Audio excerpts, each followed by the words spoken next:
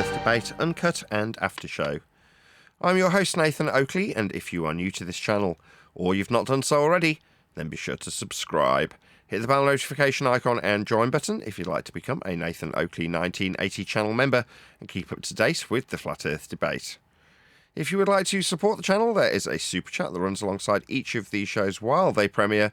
There's also a coffee, Patreon, crypto and thanks button in the info box below the video. Speaking of Patrons, I'm going to do a quick shout out to all of you who do support me on Patreon. So, a massive shout of thanks and appreciation to Smith Tools and Purchase, Level Plain Poem, Vitali Z, Colton James, BG, Survive the Spin, Effie Patriot, Thomas van der Zander, Measured Flat, Chris Wouters, Sea Level Cultist, Mitch Kennedy, Rod, The Name's Burley, Twad Wazzle, Jason Hornsby, J Mels 24, Unimento, Iron 26, Endless, Retro Bill, John Kays, Patrick Gunnells, Banter, Hairy Blade, Mobile Mac 777, Rob W, Dal West Watson, Unbelievable Productions, Blue Ridge Ranger, Abraham Mohammed, Texas Mike, Chow Yun Cat, David Wayne Foster, and Dank. So another massive thank you to all of you for supporting me on Patreon. Now I will hand across to whoever is in Discord and Google so you can enjoy their dulcet tones while I set up for today's live show. Hello. Afternoon.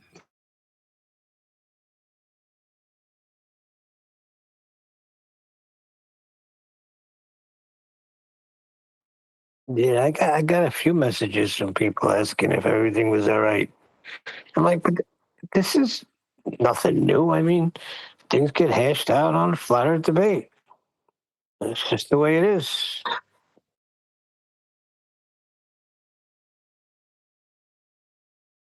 No, this was new. Haven't heard this before. What are you talking about? This ain't new.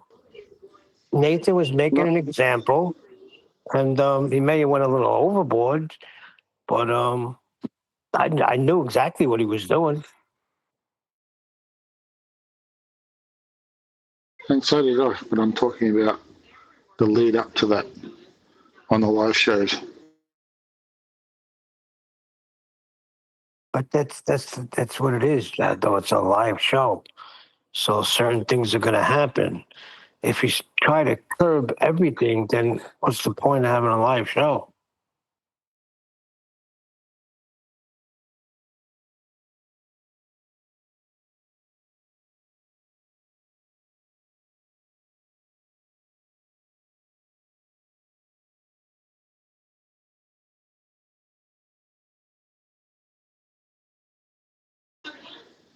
No, my issue is in relation to some of the panel members taking personal afflictions outside the live show into the live show. Yeah, but hold on a second. I'm going to defend him a little bit. This started from a day before or 2 days before, when after the show was over, after the after show, it was me, Refracted, and Brian, and they started going at it. Now, you can't just come in and start poking, and that's exactly what Refracted was doing. So that's what's going to happen. Yeah, I was there in the after show 3 days ago, and that wasn't just a flash in the pan. That's been something that's been brewing for many years. You turn your mic down a bit, Jardo. Or back off it 3 inches, one or the other.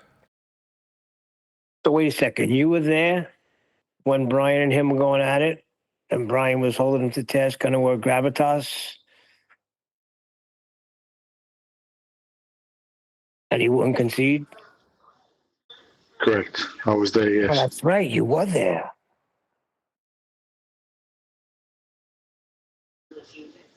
I was the one that started to talk behind Nathan's back to get it all started.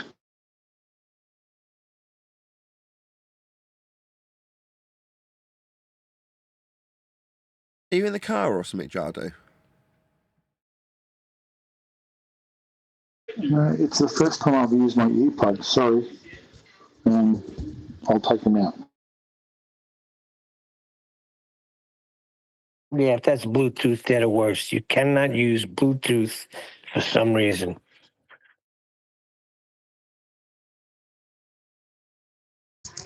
Only because my wife doesn't let me talk while I'm in the house on this show, so I have to find other ways. Oh, okay. Pop them back in then.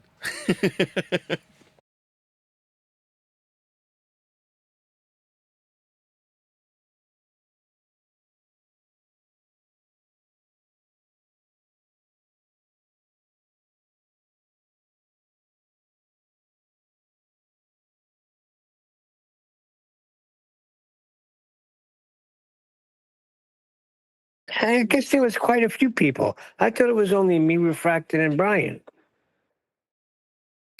No, it's just a pedantic way of arguing about what a word means. But hey, it's all subjective, really. Listen, there's two camps. There's a camp that just Earth's measured flat. There's another camp saying, no, you got to expound on it.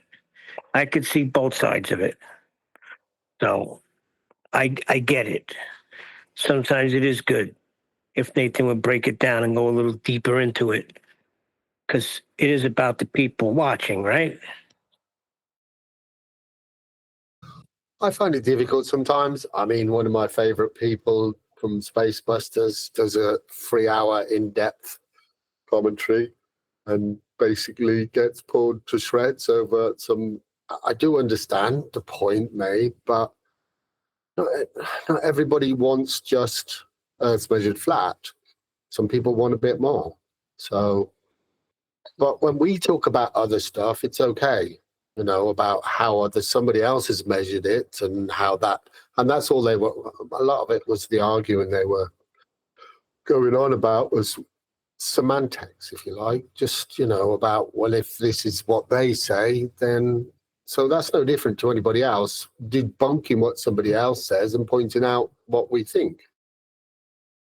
All right, let me ask you a question. When we say you can't have gas pressure without containment, we don't break it down every time. We don't go into gas law every time, right? What's the difference? Well, sometimes I do. I've got a friend who insists that because there's gas pressure, that equates to when you get up there, it just suddenly disappears, and that's why it can turn into space, which, because he says he goes diving and in his container, he doesn't have a pressure gradient. So there are people who will argue about it, even though I proved to him the equation that would show him how to work out the gas pressure gradient in his tiny tank. I love it. So his argument to suggest that we don't need a container is to say, in my container. But they all do that. Everybody just forgets about the existing gas pressure and just goes right into it. Yeah, well, obviously the rhetoric is that the pressure gets less and less and less until it reverses into a negative almost.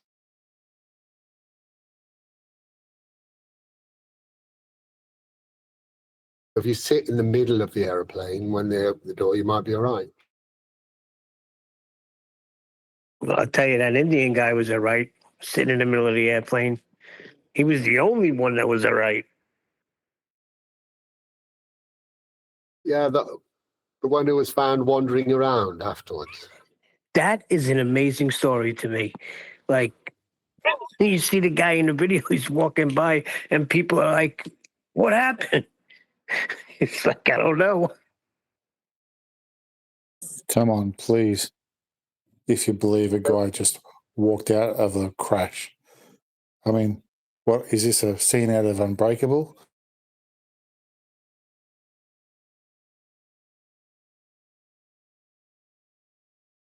Yes. Talk There about was your some number not being up. There was a conspiracy that said that he actually had missed the plane altogether.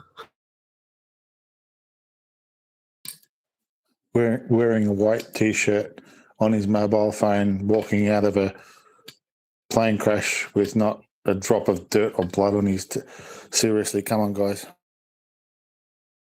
What are you trying to say? You know what I'm trying to say. No, he had blood on him. He looked a little disheveled. Let's break this down a little bit. Let's be serious now. The likelihood of the man's missed the plane and then he's walking home dejectedly and the plane literally lands on his head almost. Yes, that's more believable. That's more believable. No, they got it. Wow. They got his name. They got his seat, and it's been verified. The man survived. It was not his time. Oh, look who's here. The liars returned, huh? Outrageous. Yeah. You missed it Friday. What I missed? Nathan making an example out of Brian.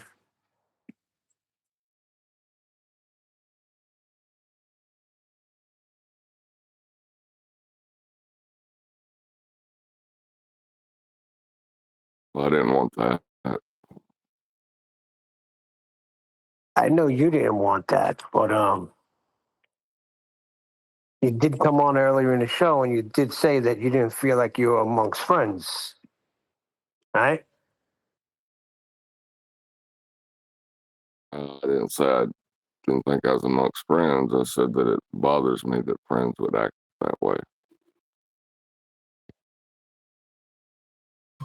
Well, friends disagree sometimes, though. I would point that out.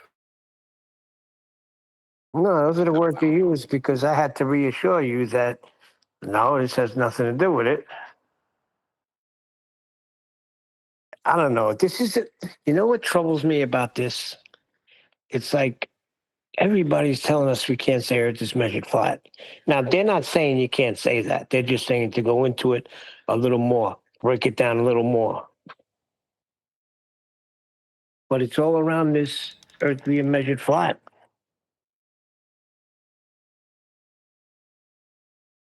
You got to let people get in the elevator and press whatever button they want to press before they get to the penthouse. Well, it's not contentious that the Earth is measured flat. That's my point.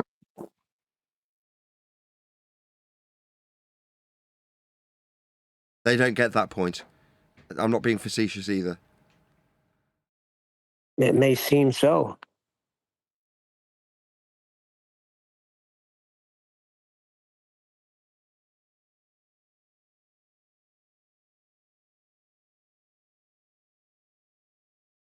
To answer your question, there's a reason why we don't necessarily need to divulge why you can't have gas pressure without a container in full each time. It's 'cause it's not a new argument. Now, as much as Earth being measured flat isn't even an argument, there not being an argument is, in a way, a new argument. I know it isn't, but you know what I'm saying.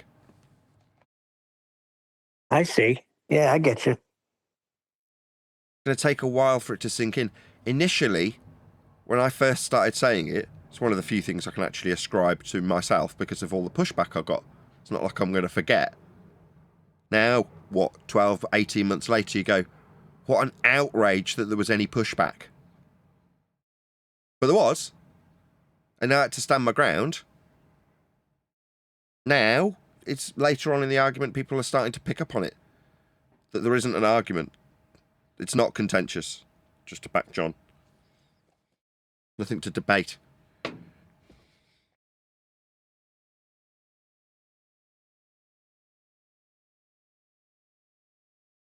Nathan, you can't just say miles. But yeah, I can. That's not contentious. Miles being a linear measure is not contentious. And a couple of people say to me on the end of Friday's show, you know what, I've never thought about it like you phrased it, because I postulated that if miles are linear, how can you describe a potential circumference with miles?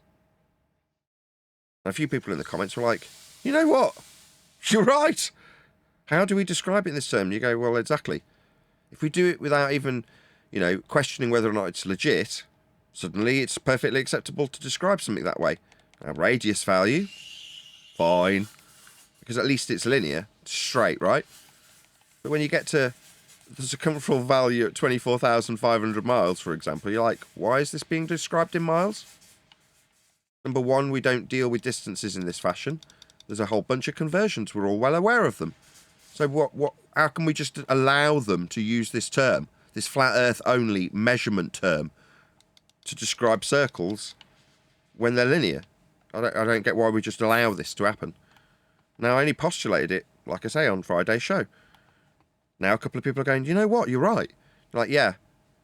Well, maybe someone will come up with an answer that says, no, you can have these bendy distances described in miles. You're like, okay, well, I'm as ignorant as the next man. I don't know. I'm just asking.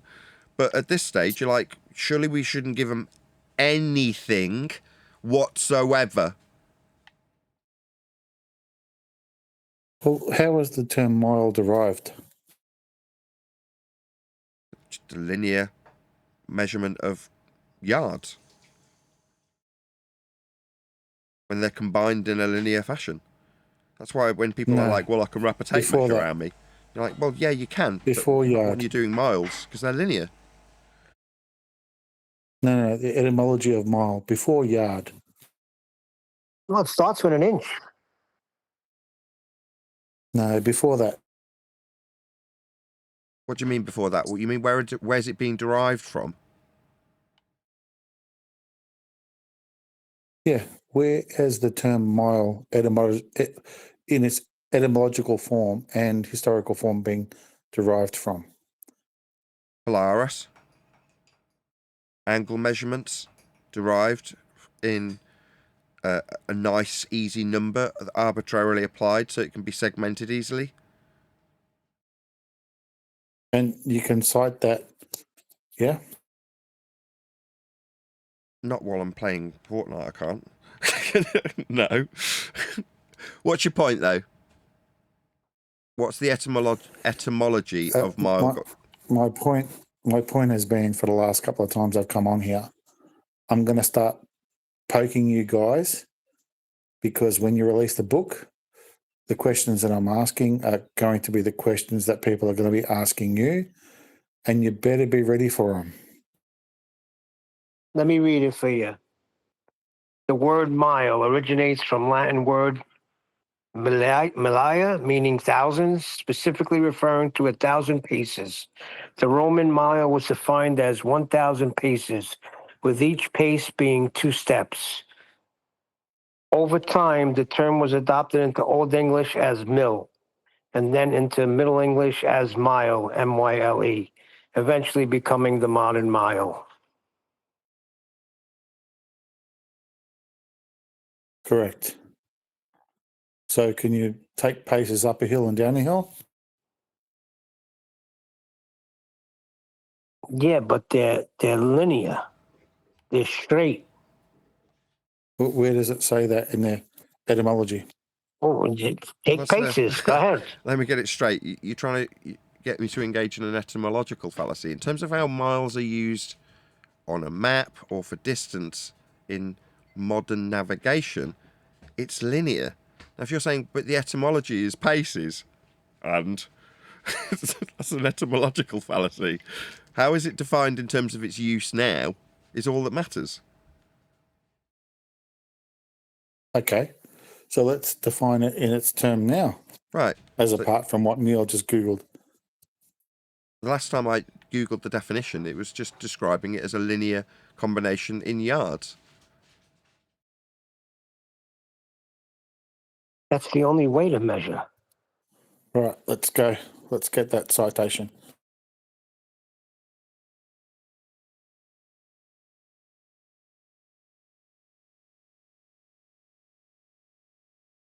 Okay, what is the arc of a yard? There is no arc of a yard.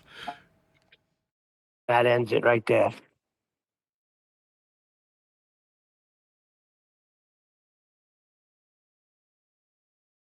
But no, you're right to do what you're doing, Jardo. Which is to say, there's certain questions that after the fact, if you haven't been asked them off the cuff like you're asking, well, how do we define a mile?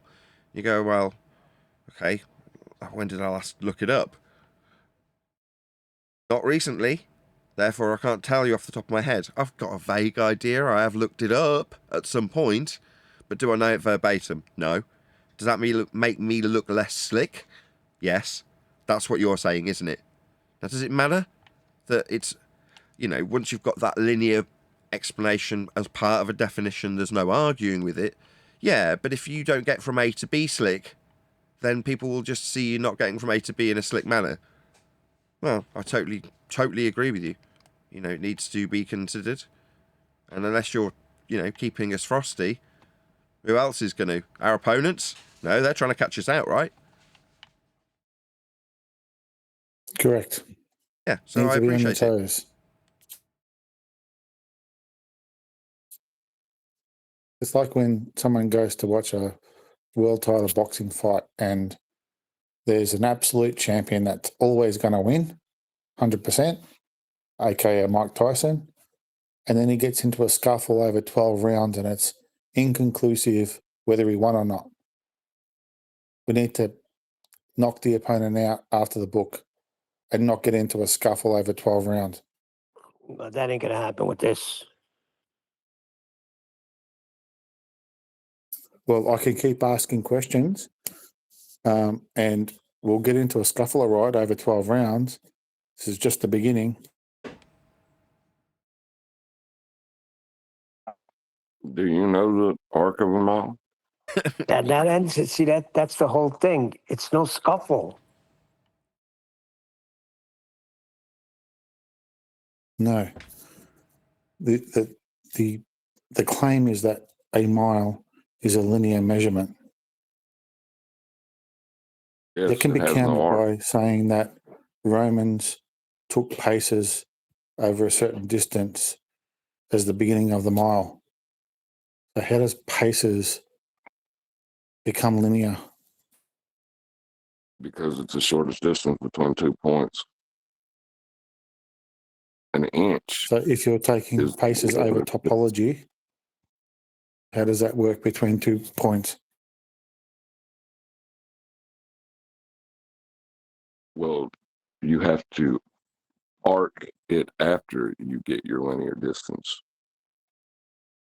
You can't apply No. it until you have your linear You distance. send soldiers in all different directions. You send soldiers in all different directions, and you measure their paces over all sorts of topography, and you get the average. That's got nothing to do with an arc. So they would be nothing to do with an arc. What? You have soldiers march across all different topography, and you measure their paces. Then you average out all those different areas that these soldiers have marched till you get your average distance. It's got nothing to do with an arc measurement, flat or circular or whatever. No. Flat isn't an arc. How can you average out? How can you average out a mountain? So you walk over the mountain, but you've only actually traveled maybe a mile, but actually you went up 3/4 of a mile and then down 3/4 of a mile, but distance wise was only a mile. You can't average that out. Yeah, you just flatten that out, bro.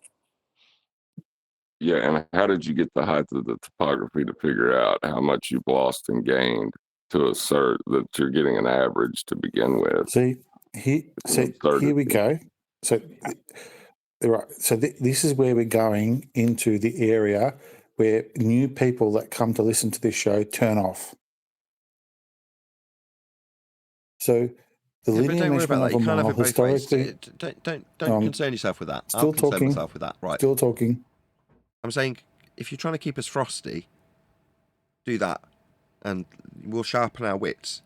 Now, whether or not people tune out while that's happening, don't worry about it. Especially at the moment, this is the biggest lull in my growth. Obviously, there's been points that I've had less of an audience, but this is the biggest lull I've experienced.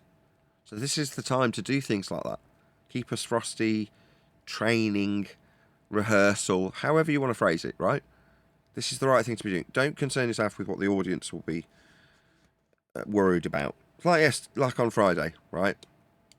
Brian's treatment of John, unacceptable in terms of how he's dealing with the internal discussion and how it unfolds, you know, calling people out for being distrustworthy or distruthful. No.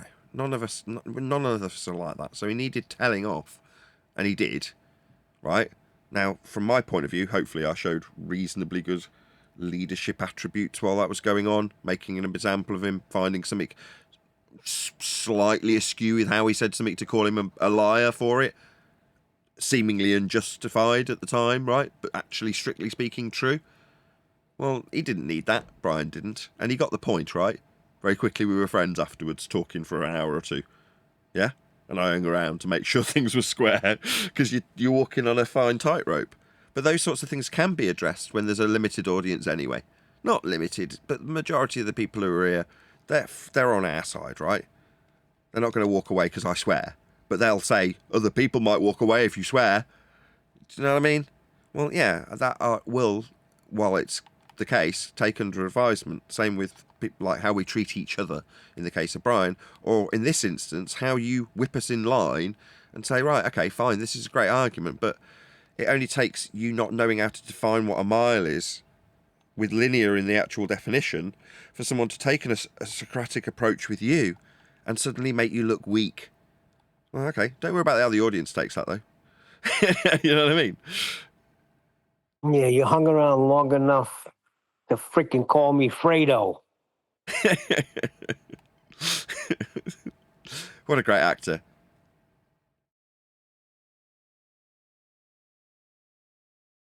You know, I knew what you were doing.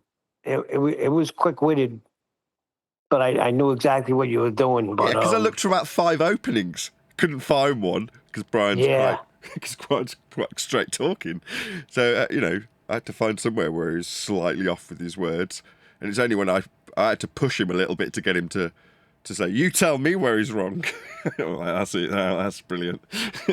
That's all I need. liar. Yeah. Brian's got a taste of the drama every so often. Or got to get a taste of the drama.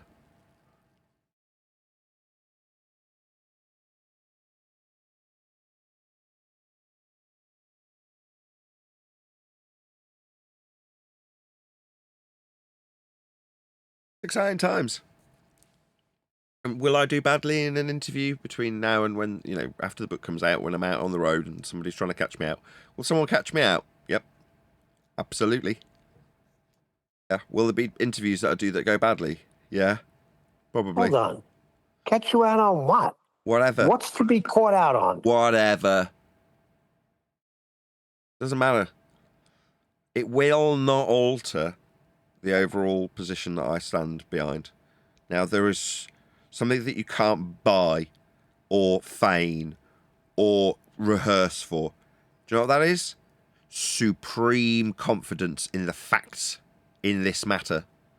No matter how much somebody gets me stumbling over meters converted into kilometers for the sake of argument, nothing will change the position in terms of how Earth is measured. Absolutely nothing can change the facts in the matter. Can they, Neil? So what have they got left?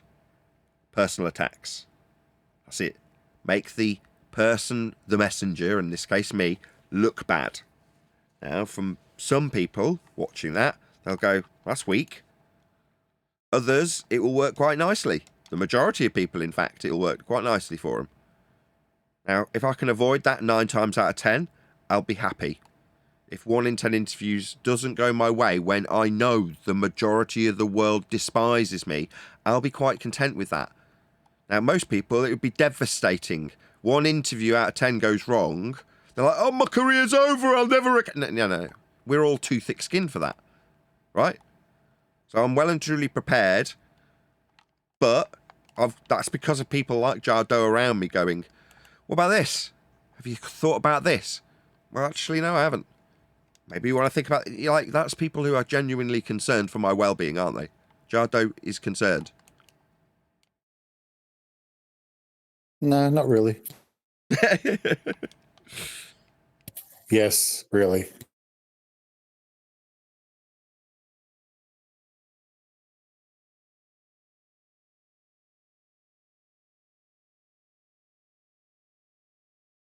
Well, we've got to stay frosty. I'm sure we all will.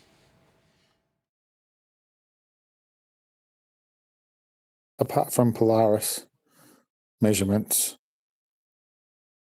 creating latitude, what's your best proof of a flat Earth? Miles.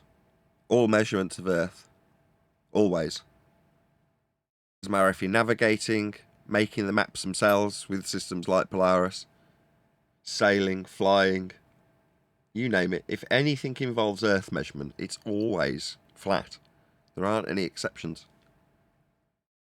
So what's your best proof? Hey. What, Polaris isn't my best proof.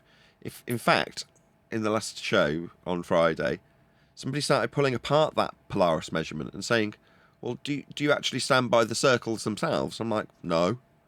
This is what the globers have used, and they've distorted the world with it. So do I stand by this? No.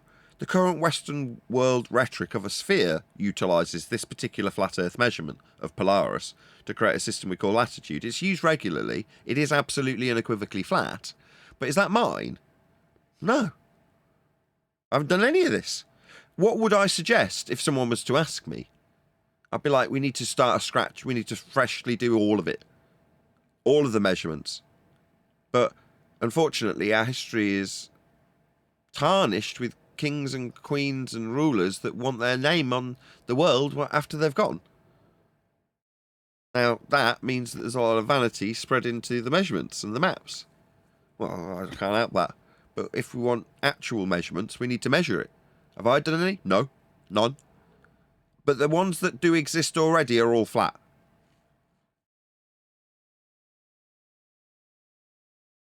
And they must be, and they will be when your opponent brings them to you.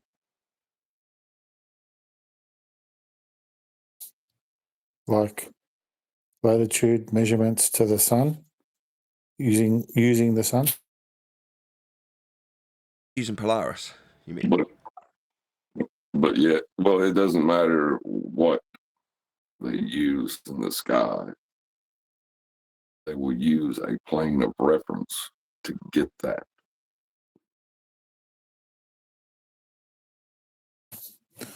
What if that plane of reference is confusing? What if the plane of reference being measured is confusing? Then you're going to struggle to measure it. Yeah. I'm not suggesting a layman goes out and finds his location with a sextant. But if you did want to not die at sea, you better hope somebody appreciates how Earth is going to get measured flat with these angles. Otherwise, there's a good chance you'll die. So let's hope someone understands and appreciates just how Earth must be measured flat. Because if they don't, then you might not find your way home.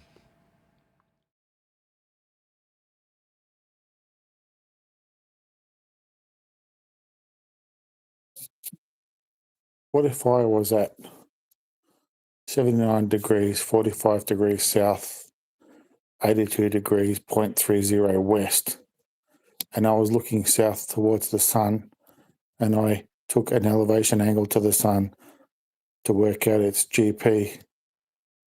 Where would the sun's GP be there? So after you measure an angle off a flat plane to establish a system that you would call latitude, you would extrapolate that in a flat plane direction called south to extend longitude out to take another flat plane measurement and ask me where you are. Why do I need to answer that? Because, like I said before, these are the questions that are going to come, and just by saying you're measuring an angle flat, 95% of the people are going to dismiss it because where they think the sun is in relation to its GP from what you guys have been saying for many, many years doesn't calculate in their brain, so they get confused. Right. And that's what the interviewer is going to tell me, or that's what you're telling me, because I just asked the interviewer a question and he didn't respond. So if we can work out the sun's GP by taking an elevation angle to it, we should be able to work out where the sun's GP is, correct? Did you hear what I said in response to that? Because you didn't respond to it. Right. And your response is exactly the reason why I'm asking these questions, because what you're going to do by answering the questions that I'm asking is tune people out. He is answering the that's you question. doing that, not the interviewer. The interviewer has asked me a question that requires that he use a point of reference 3 times. And now you're jumping away from the interviewer who's asked me the question to respond to something that I didn't say.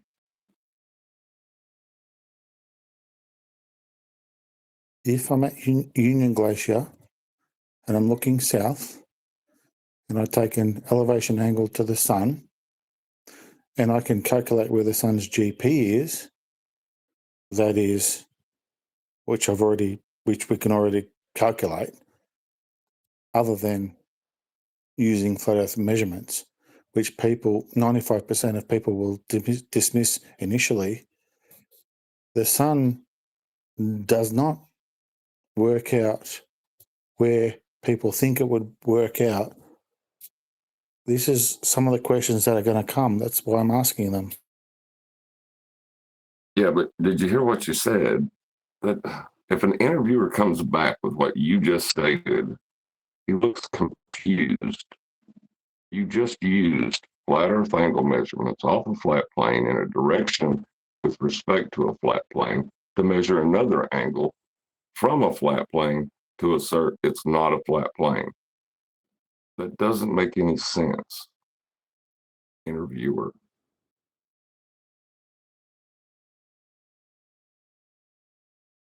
Showtime. Yeah, you're using a flat plane of reference to begin with, though. So let's get it on. No. Did I miss anybody from Bonjour. Jeepers? No, yeah. Did I miss anybody? Take that as a no. No.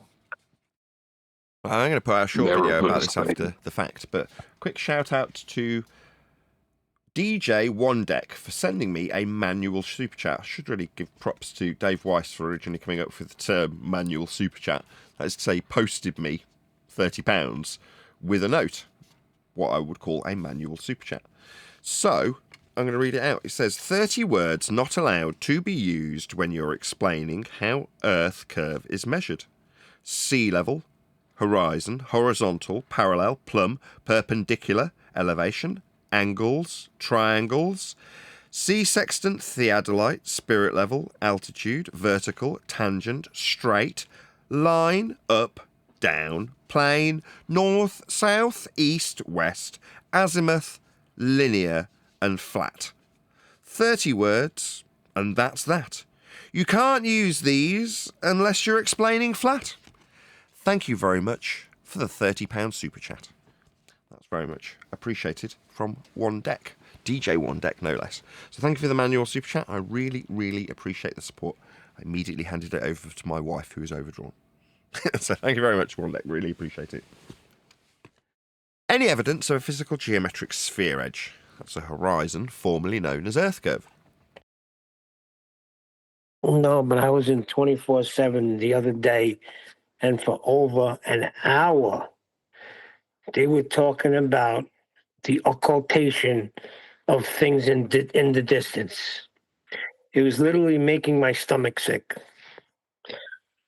In the measured distance, Was the did I get there yes, before the you? horizontal plane of reference. Horizontal plane of reference. One more time, John.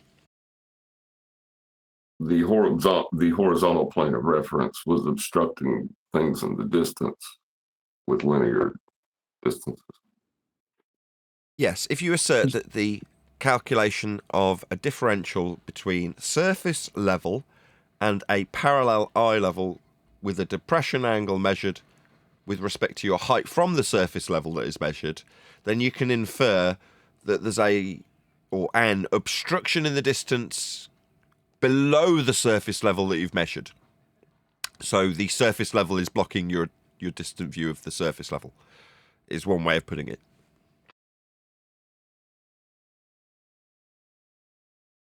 It took them over 2 hours to finally get to the black swan.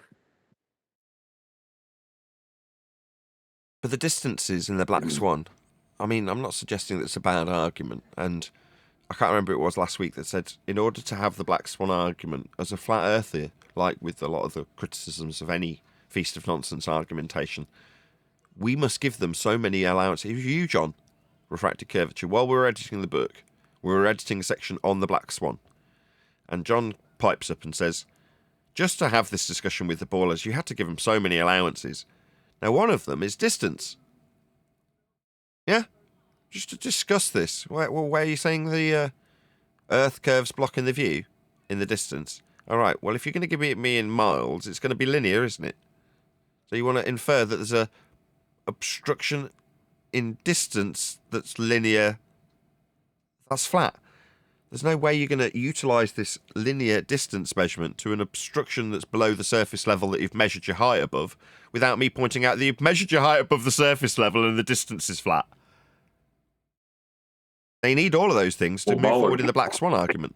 In other words, they're getting quite a few concessions out of you before you move forward with the black swan argument. Right, and ballers recognize this because they'll ask us, well, what's obstructing our view on your flat plane? Yeah, because then you're into arguing that a perspective measurement distance inclusive will be a alternative to their version that requires a flat plane linear distance measurement. No. If we're going to use distance, you're going to get on your knees and acknowledge how flat Earth must be for those distances. If you're going to measure your height off surface level, get on your frickin' knees and acknowledge how flat surface level must be. And what's that? You want it to be a curved surface level? Well, how are you going to have a parallel eye level with it then? To derive your dip angle measurement to a surface level you're inferring obscures your view. You won't, but what you will be doing if you're talking to me is getting on your frickin' knees and acknowledging how flat Earth must be for us to have this discussion. Now, as this might irritate people who have only in 5 years, just started to get their head around the black swan. I'm sorry, dum-dums. I know that some of you still haven't got it. Tough luck. Me, I'm already making it redundant. Aren't I? Because I'm saying, yeah, the black swan, unfortunately, old school cool that it is. Because that's what it is, out of date. It's out of date by 5 years now. Right? Now, it's never going to change. I can always put that argument to somebody if they insist on me begging the question alongside them. If I want to toy with them. Yeah? Like play with my food. I can allow them a certain amount of flat earth leverage. They don't deserve it. But if I want to have the argument with them for my own amusement, I could. But in 2025, we don't need to. You need to relinquish certain flat earth measurements in order to have the argument. That is to say, whistle past the fact you're measuring earth flat or your height off surface level flat to suggest that at 1.22 times the square root of the observer's measured height off a flat earth will be a distance to horizon that we can measure and see if it's correct or not. The distance will be linear. The height off surface level will be linear for us to say whether or not there's earth curve there or not. How interesting that we'd need to give them all these concessions. In 2025, I'm not giving them jack. You'll be on your knees acknowledging how flat Earth must be for us to have this discussion. And when you do, that'll be the end of the discussion. There won't even be one. Because you'll be on your knees acknowledging how flat Earth must be for us to measure anything, ever. To pretend that we can argue about whether or not it's curving. No, we won't be doing that. It'll violate the measurement you've just took. So that's the end of that, then. Now, what I've just displayed to anybody who's questioning whether or not this is a debate at all. No, it isn't. This is what you would call supreme confidence in facts. I know for a fact that Earth is measured flat, and absolutely nothing that anybody says or does will change these facts. It could be a tangent, though. What could be a tangent? For horizontal plane of reference. A horizontal plane of reference is a horizontal plane of reference that you must reference or measure. It's not a tangent. Jeez. Well, that's just what AI told me in relation to elevation angle measurements. A tangent's a straight line meeting a sphere at a single point. What sphere would you be referring to? A conceptual one. But where did that sphere come from? This conceptual sphere must have come from something. Did we not measure something to come up with this conceptual sphere you're hesitant to suggest is a radius 3959 based sphere we're going to suggest we've got a tangential plane of reference to at a single point? But where did the ball, this sphere, come from? Derived from flat Earth measurements. Precisely, I Neil. wonder if it's 69 miles per 1 degree, right? Because if the Earth is measured flat with a radius of 6,210 miles with a circumference of the equator of 24,901 miles, right? No. So if we have the equator No. at Did you hear me say no? Was it rhetorical? 24,901 Just keep miles. talking, right? Did you want to say no? Sorry, go ahead. Well, you put it into an if statement. If Earth's measured flat for these Yeah. angles. No, that's not an if statement. Did you not hear me just say that's a statement of absolute fact? When we come to measure any Earth measurement ever, it's not an if statement. When we measure Earth flat with angles... Okay, I understand. You want to just start again then?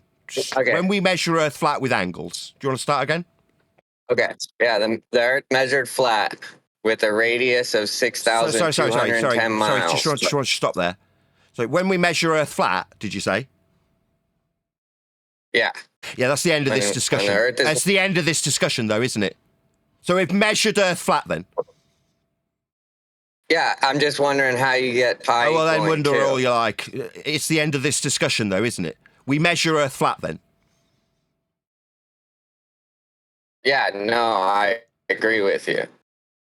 Right, so that's the end of the discussion, that's why then, I isn't was it? There's go- nothing I was else just to trying- discuss, then. You keep yammering through my conclusion. It's the 4th time you've done it. You asked, if Earth's flat, I stopped you and said, no, it's not an if statement. Do you want to rephrase it? So you rephrased it. Earth's measured flat, you started with, and then I stopped you again and said, there's nothing else to discuss. You kept on yammering through me like there was something to discuss, me telling you no. It's called me shutting you down. I'm not going to have an if statement discussed with a then we'll get radius values. Now, you maybe didn't hear me at the beginning of the show.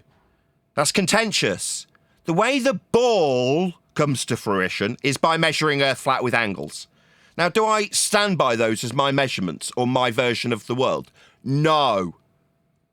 I'm not doing anything. I'm not measured jack. But the way the ball gets measured, that's an oxymoron. We're measuring Earth flat, like you just pointed out, to come with those radius values that you're about to spew into. Yeah, I don't need to discuss them. I don't stand by them.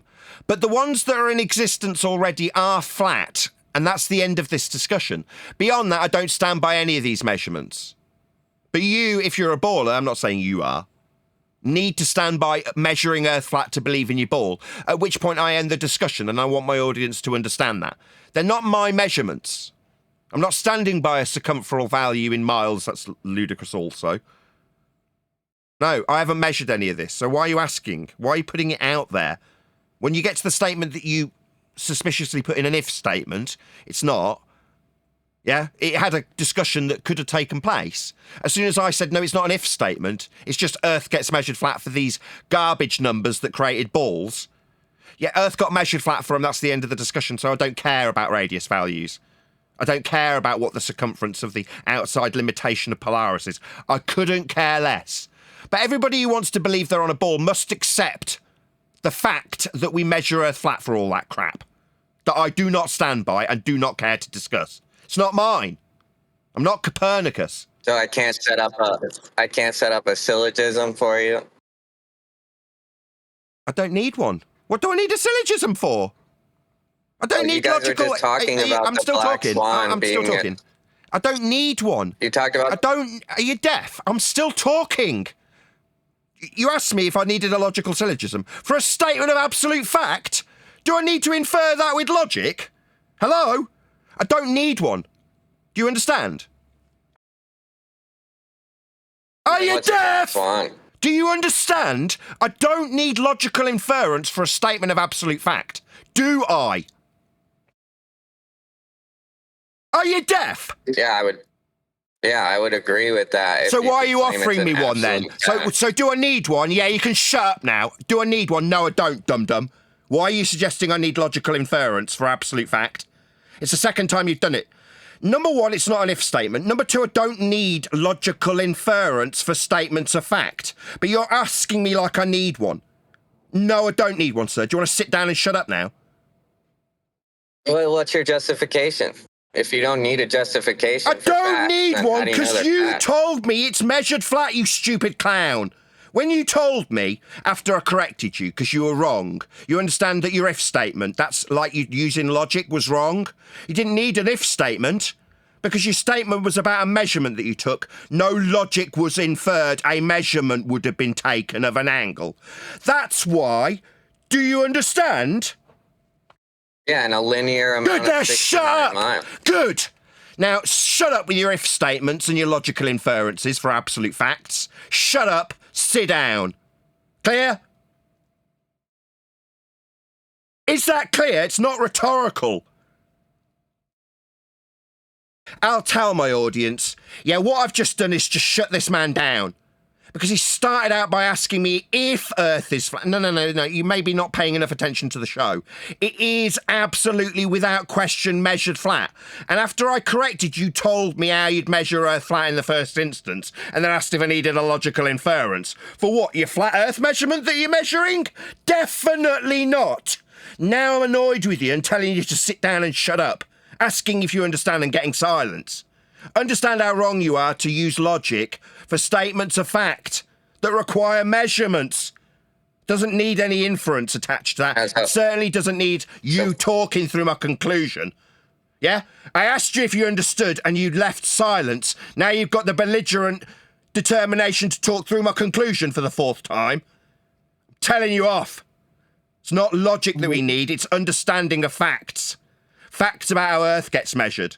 They don't need to be turned into logical consistencies. That's absolutely redundant.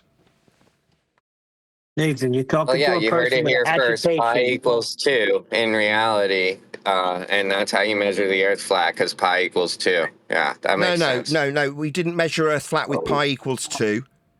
What are you babbling about, you stupid clown? Didn't you understand when I told you to sit down and shut up after being wrong twice? Tell him. Sit down and shut up! Nobody's measuring Earth with pi equals 2, you stupid idiot. Sit down, don't talk. Again, this time it's not rhetorical, I'm not seeking an affirmation. Sit down and shut up. Irritating dick. I wanted to say something. This guy's agitation. He said something the other day, and I caught on to it. He's a Torah follower. So, I don't care. What I care about is people inferring that there's some sort of logical consistency to attach to a measurement. There isn't. Don't need logic. It's not an if and then circumstance. Let me put it together. We know Earth's measured flat, so why do we got to go back and do anything else? You said it yourself. Same thing with the law. It was there for a reason, now it's gone. But people are going back. I find that very weird. Because there's only one way for this to continue as an argument. If it think it's okay to murder people? Do you want to shut up or I'll remove you? What an outrage. This is a debate about the nature of how Earth gets measured and you're asking me about whether it's reasonable to kill people. Sit down and shut up or I'll remove you. I'm not going to tell you again I'll have you removed, you stupid belligerent little twat. Shut up. The only way this continues as a debate is if men like this arsehole suggest that there's logical inferences to be made with if statements when you've just measured Earth flat. After measuring Earth flat, there's no discussion to have. But if you can make it into a logical consistency, if you can argue about pi being 2, if you can make it seem like there's a circumstance after your Earth that's measured flat to suggest it might not be, then there's a discussion, then there's a debate. Yeah? Me, I'll shut that down in a heartbeat and say, no, sir, it's not a logical consistency suggestion. It's a statement of fact after measurement. Nothing to discuss. There's no if pi equals 2. No, I'm just measuring an angle with respect to a horizontal plane of reference. That's what an angle measurement is. That's what we do. That's how Earth gets measured. It's how the systems that later get turned into a ball got measured. Now, you can either accept those flat Earth measurements as flat Earth measurements or get lost. I don't give a toss which you do. But I'm not going to debate them as an if statement. Right. You would not ask if dogs exist. There is no logical syllogism for the existence of a dog or an apple. They're just things. Yeah, let's discuss the pitch of dog barking and start the statement, well, if dogs exist... No. We won't be moving forward in a discussion about the pitch of dog barks with a statement that starts with the proposal that they might not bleed and exist. Like, if Earth isn't measured flat, yeah, that's kind of what the debate needs, doesn't it? But here we are to point out that it is absolutely in all circumstances measured flat without exception. And that's all I'll ever point out. And if the progression seems to start, like, yeah, but if Earth's measured flat and then this logical consistency takes place with how the circumferential value of a globe should be or shouldn't be 24,000, I don't give a shit. Earth got measured flat. And unless you accept that, we ain't moving forward. And if you try and move forward after the flat Earth measurement, I'm going to get you on your knees acknowledging just how flat Earth gets measured. And when you do finally acknowledge it, I'll shut you down in a heartbeat and tell you to sit down and shut up. And your response will be asking me if murder's okay. That's your response. It wasn't about globes, sir. Yeah, that'll be me telling this guy for the 5th time to sit down and shut up. So what I'm going to do now, you belligerent little twat, is server deafen you permanently, because your response to me pointing out that it's not a discussion point when we measure Earth flat was to ask me if murder is okay. That was your non sequitur fallacy, number 4, and then you've interrupted me again, haven't you, you prick? It's not a discussion Earth's measured flat. You need it to be, that's why you're continually interrupting me with your belligerent behaviour. Piss off. Is murder okay? Sorry, you need a different forum. This forum discusses how Earth gets measured. It's flat, like he admitted. But he still wants to continue like there's a discussion to have, like there's a debate to have, like pi equals 2. Get lost, you're a dickhead. Earth's measured flat and there's nothing you can do to change it. There's nothing you can do to make it seem like there's still a discussion to have. Well, some people want to go back, Nathan.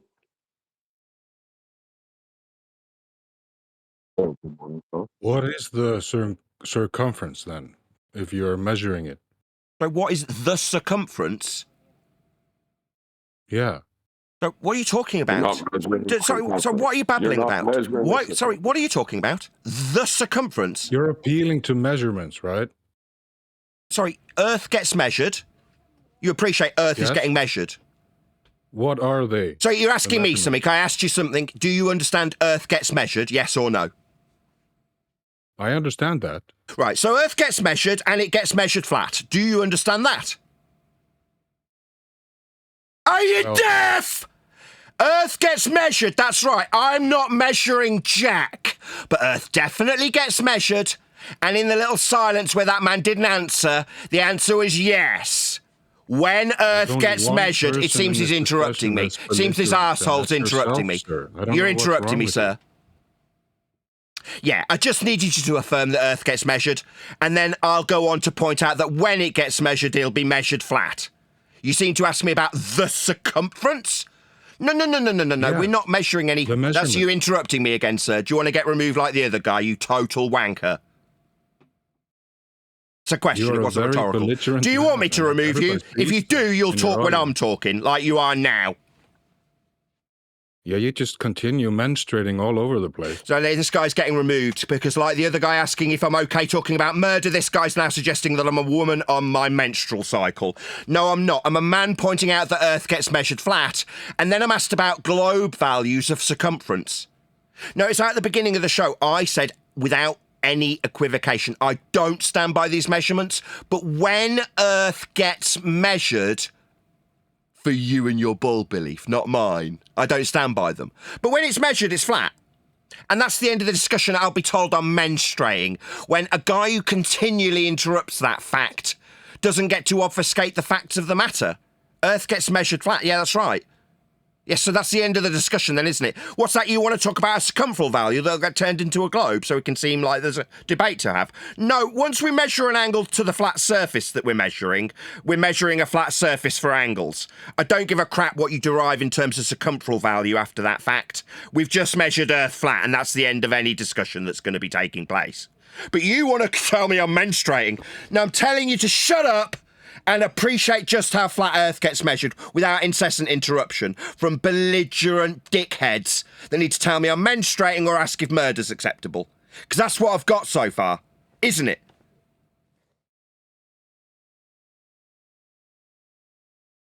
Yep. No, I don't ever remember claiming you're measuring pi equals 2 or a circumference. That got added in for some reason, but that's not what we were measuring. Yeah, I don't remember measuring any circumference of anything when I measured an angle to the star. All right. Well, what were we measuring a star angle for? Well, to create systems like the one on screen that people can turn into a ball to believe they're standing on it rather than in it for the angle. Let's look at this on screen. An angle off a flat plane to derive a system called latitude. Is it my system of latitude? No. But Earth definitely got measured flat for it. I don't give a crap if you want to discuss how those utilisation of a flat surface level for measurements of angles gets used after it's measured. Because once it gets measured flat, that's it. That's the game over. There isn't a game to have. There's no discussion about what we'll do with those flat Earth angles like they used to be. Like, oh, if we can just measure Earth flat and get these angles, we can then discuss whether or not it's flat. That won't happen anymore. You'll get shut down and then tell me I'm menstruating. Yeah, I don't understand what's going on here. I really don't. We're surrounded by shills who need to turn a flat Earth measurement into a discussion about whether or not Earth is flat. And if we can just discuss whether or not we've got a value that's legitimate in terms of the radial value derived from angle measurements to Polaris, then we can launch into the discussion about whether or not we're creating a ball with those whistled past flat Earth angles that no one's insisted on being flat. We're just using them anyway to create a ball like the one on screen. Now, so long as that happens, then there's seemingly a debate, isn't there? There isn't. We measure Earth flat. And whenever we get to that fact, I will be stopping the discussion. Like, what's that? You want to carry on and discuss about how we will use these angles that we just measured off a flat Earth? I don't care. I'm not a cartographer and couldn't give a crap. But what's that? We will be moving forward after we've measured the Earth flat with these angles. I won't. You can do whatever the bloody hell you like, you stupid clowns.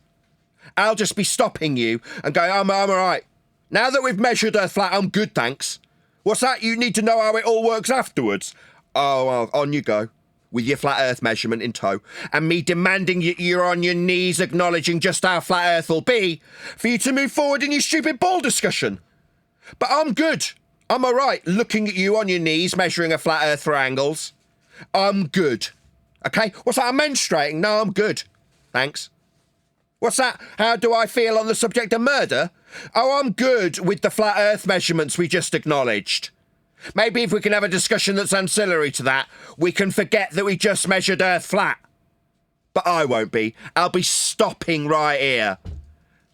We won't be moving forward. We won't be measuring our height off surface level and then doing something with it, like calculating our distance to non-geometric horizons that are refracted based on parallel eye level with surface level. I'll just go, what's that? We're measuring surface level? That's it. I'm stopping here. No, I'm all right. I don't need to go forward and find out how far the distance to a geometric horizon is based on my observer height parallel with surface level at 1.22 times the square root to the distance thereof. I'm good. I'm just going to stop here on this flat surface that we must measure.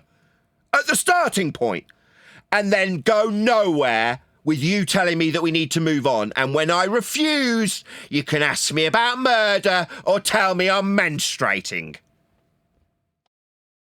It seems like they want to bring us back to when we would whistle right past it, but that's not happening.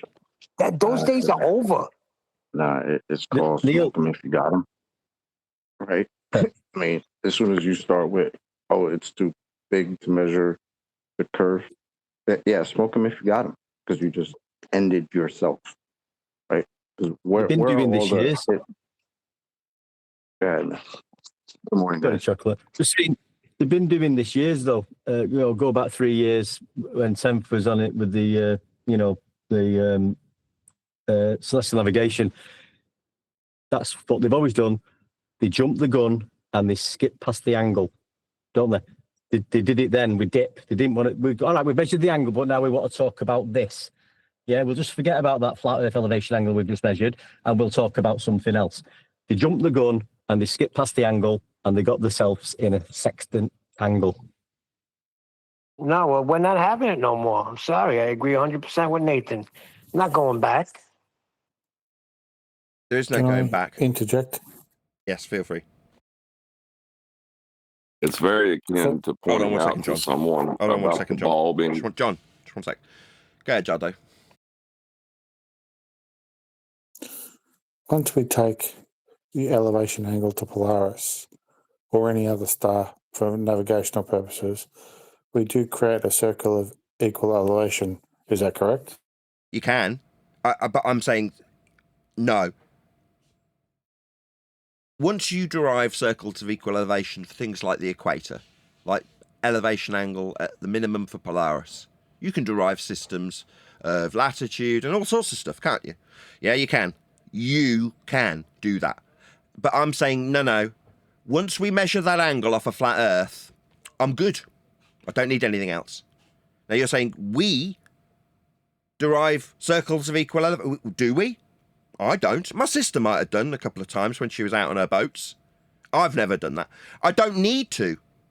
But what I do on my show, that's Flat Earth Debate, is seemingly debate whether or not Earth is flat. So at the point that we measure Earth flat, in this case for an angle, I then actually don't need to derive any circles of equal elevation after that fact. I just need to point out the fact that Earth got measured flat as step one. And then I just sit back in my chair relaxing, knowing that Earth gets measured flat. And what we could derive circles of it, we could. I'm just not going to. I understand how they get derived and how we could find our location at sea with these circles of equal elevation where they intersect, line of positioning, the parallel sky, how it's measured with a sextant. All of that stuff I could explain in detail to next man. But I'm not really charging for celestial navigation lessons now, am I? And I can't certify anybody to go out on the sea after I teach them. So what would be the point? What do I do? Well, I argue with idiots that measure Earth flat and then argue about what we'll do with those flat Earth measurements. And I say no more.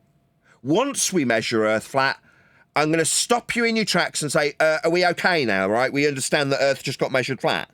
Because beyond this, there's nothing really to do. I don't have to derive any circles and argue about how big they'd be. Or whether or not pi would change. Because that seems like stupid nonsense after we've measured the surface flat. You don't even need to actually measure it, because doesn't just the existence of an elevation angle destroy the notion of a globe? Yes. An angle that needs to be measured. That's correct. Requires a horizontal plane to even measure. The systems, you just go to the definition of it. And the systems that already exist, that are accepted by anybody who navigates or anybody that believes they're on a ball, they must accept that these angles are measured off a flat Earth. There isn't anything for me to do. Now, do I believe your stupid religion that measures Earth flat to create a ball? No. Do I stand by your latitudes? No. I don't care how you measure Earth flat, but you do. Do I? No, I don't care. I understand that Earth is and always was measured flat for your stupid, idiotic bald faith. Do I have to do anything? No. Do I need to confirm that? No. Do I need to argue with you about what the circles would do with those after the fact flat earth measurement? No, I don't need to do any of that. You can do that if you want, though. Yeah? I'll just be sitting here over here laughing at you if you take those flat earth measurements and then start arguing about whether or not earth's flat. And if you come back to me, I'll be like, why aren't you on your knees in acknowledgement of the very first step you took when it was measuring a flat surface level? Now, either you get on your knees when you come to me and acknowledge that, and the minute you are on your knees, I'll say, get up and get lost. Asking me about circumferences. Piss off. Did you not see yourself on your knees on the flat surface level you need? Yeah, that's my job done now. Get lost, dickhead. Asking me about whether or not I understand about pi or circumference derivations. I couldn't give a crap. You all need Earth to be flat. You're the ones measuring it. Flat. Not me. I mean, I don't give a crap. I just know it's flat. Instead of coming here and asking us about conferences, why don't you go to the people that define elevation angles and ask them where they got that horizontal plane that the observer requires to stand on to measure in the first place? Why don't you go ask them that, the people that define this shit? Why are you here asking us about circumference? That's crazy. Shout out to Jardo, who's on the panel. Gifting 10 memberships. Really appreciate it. But thank you very much, Jardo. 100% correct, Chocolate. Elevation angle. Game over. See you next week. Smoke them if you got them. And it's not like we didn't come up with that, right? That's been these are our established. measurements. I'm not making a ball with these measurements you need if you're on the ball side. I'm just pointing out that you need Earth to be measured flat. I don't need it to be. I don't care. I don't need it to be anything. I haven't got a religion in what Earth is. Now, the fact that I used to be part of it, whether I wanted to be or not, is irrelevant. The fact that people disapprove of my departure from their bull religion, and upon my departure, I point out your religion requires Earth to be measured flat, making your religion stupid. That displeases a lot of people, to the point where they want to suggest I'm menstruating. Nathan, you by any chance have one of those definitions handy to read out real quick? I've got lots of definitions, but of what? Of elevation angle. I can dig one out, I'm sure. The altitude angle, sometimes referred to as solar elevation angle, describes how high the sun appears in the sky. The angle is measured between an imaginary line between the observer and the sun and the horizontal plane the observer is standing on. Sustainable by design. Altitude angle. Want another one? Game over. Yeah, I'll take another one. Yeah, we'll go for another.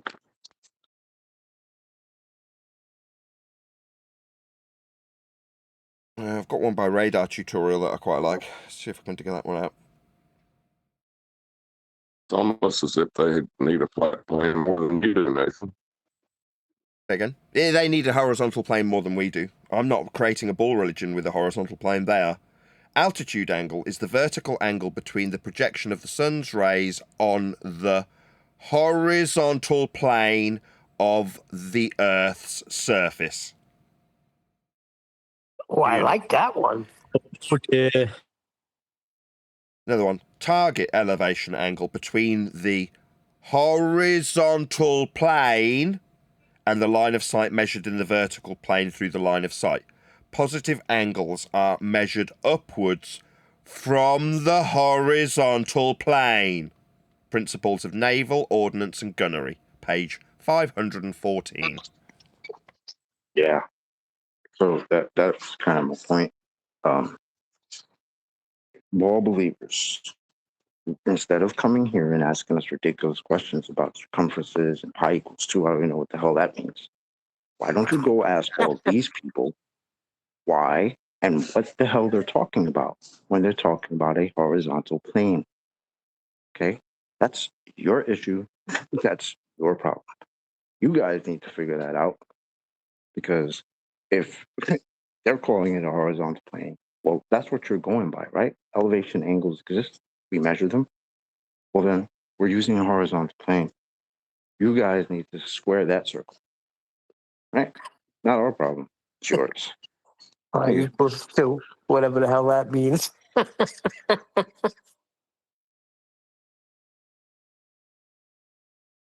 So there's a Well, good. no, I'm done. I'm good.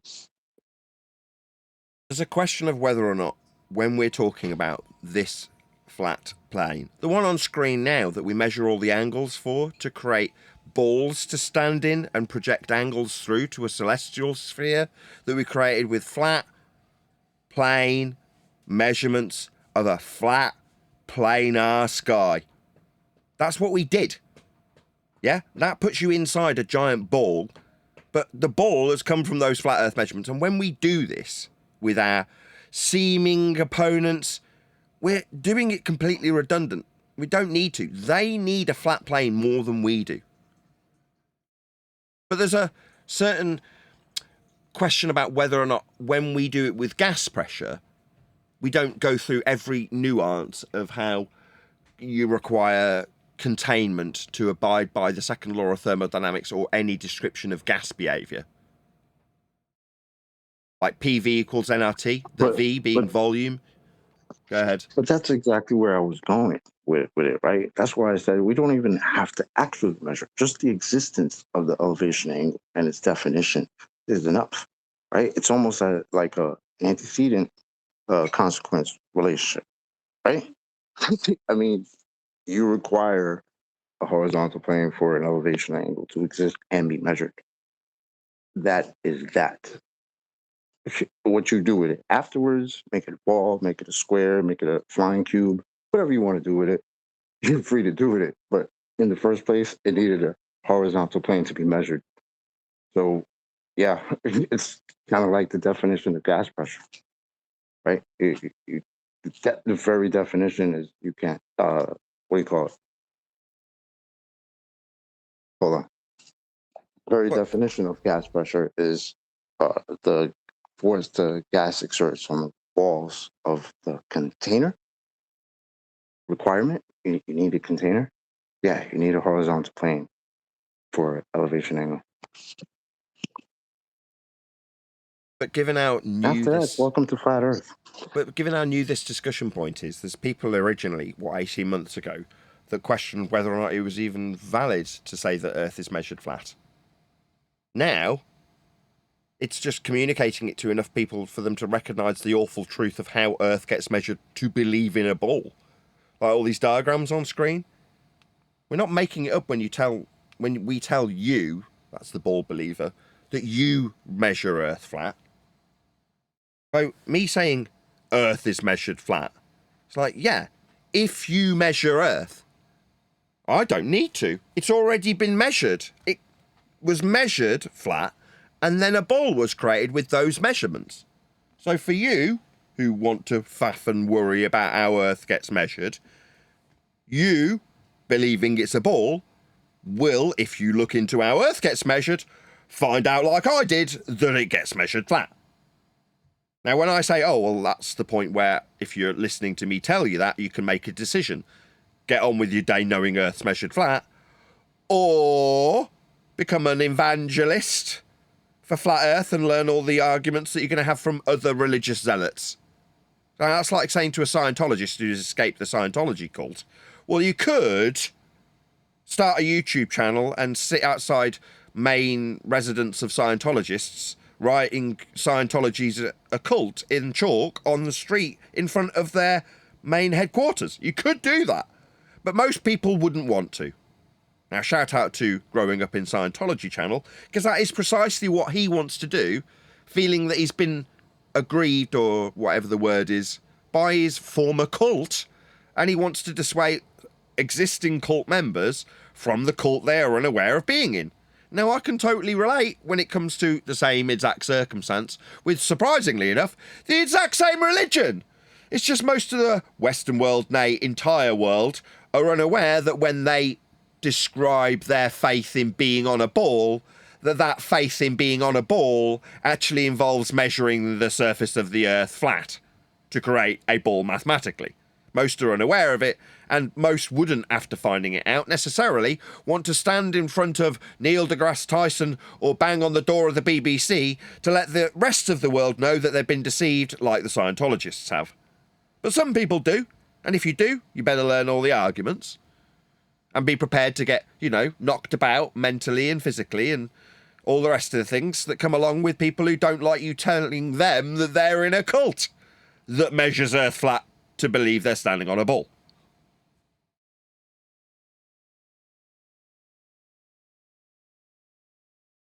I mean, they even tell you, the Greeks knew the Earth was spherical.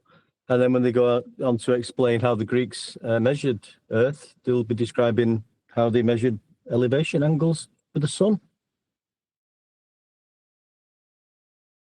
Yeah. So I don't measure Earth flat, and being held to task on what these measurements are utilised for after the fact, I'm just not going to stand for it anymore.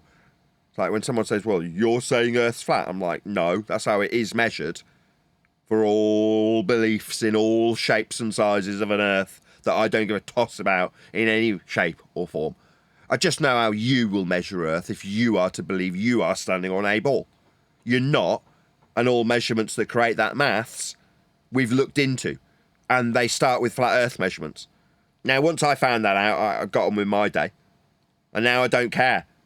And now, if we get rid of the stupid nonsense of people taking flat Earth measurements and creating a ball to stand on/in to make it function to move around the sun in a stupid, nonsensical, hundreds of years out-of-date garbage model that came from the church, then, I mean, if that's still on the table, I've got no interest in what Earth's doing.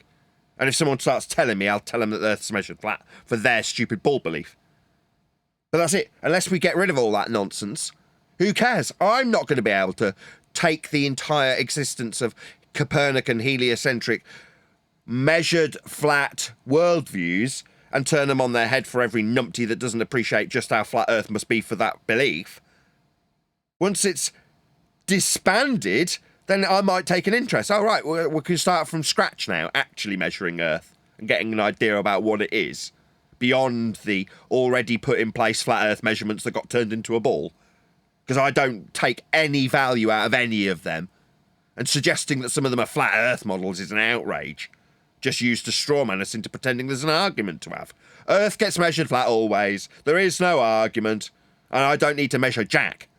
But if you want to carry on in your ball belief, let's get you on your knees acknowledging the measurements that you'll need of a flat Earth before we do anything else. Oh, you're on your knees acknowledging that we need flat Earth measurements? Piss off. Get out of my fucking sight. You pathetic idiot. Did you not recognise how Earth got measured for your ball belief? Well, now I've told you, you can sod off. I'm done with you, you stupid. Get lost. What's that? Well, once we've measured Earth flat, if it's flat, and I measure an angle for circumference, it's pi too. Get lost, you stupid snivelling tosspot. Whatever that means. If I pretend pi equals 2 because of a flat Earth angle measurement that I put into an if statement, logically I confer there's an argument to have about ball shapedness. You could. But I'll be getting you on your knees, acknowledging how Earth gets measured and then disbanding you, telling you to get lost. Yeah, so you understand that, yeah? In the nicest possible tone. You understand that we've got to measure Earth flat for surface level, for the angle, right? You understand that? You do. Get lost! Stupid dick! We measure Earth flat, now get lost! Be gone, you stupid retard! Don't need to discuss this further. Sorry, I don't get why you're going. Why are you even going back there? If you know, we're telling you, we're showing you, Earth is measured flat. Who cares? All that other stuff is globe.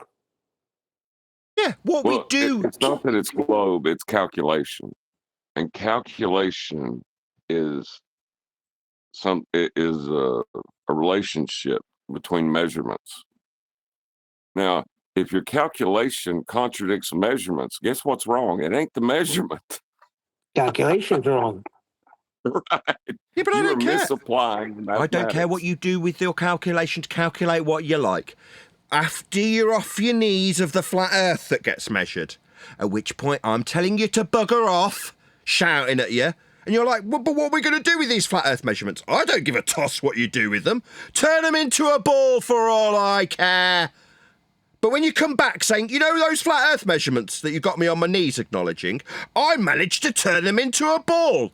You know what I'll do? I'll spit in your face and laugh at you and tell you to get lost with your stupid ball calculations. I'll point out just how flat earth is, and I'll cobble you. I'll cobble you and get you back on your knees, acknowledging how earth gets measured.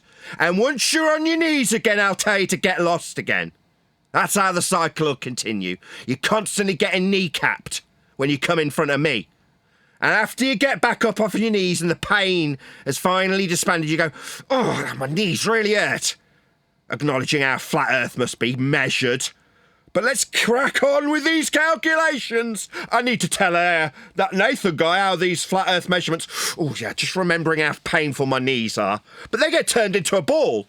Let's talk about circumference values. No, you see, this is my baseball bat. It's what I use to bash dickheads' knees in when they come to me and tell me about how ball shape they've calculated the flat earth measurements.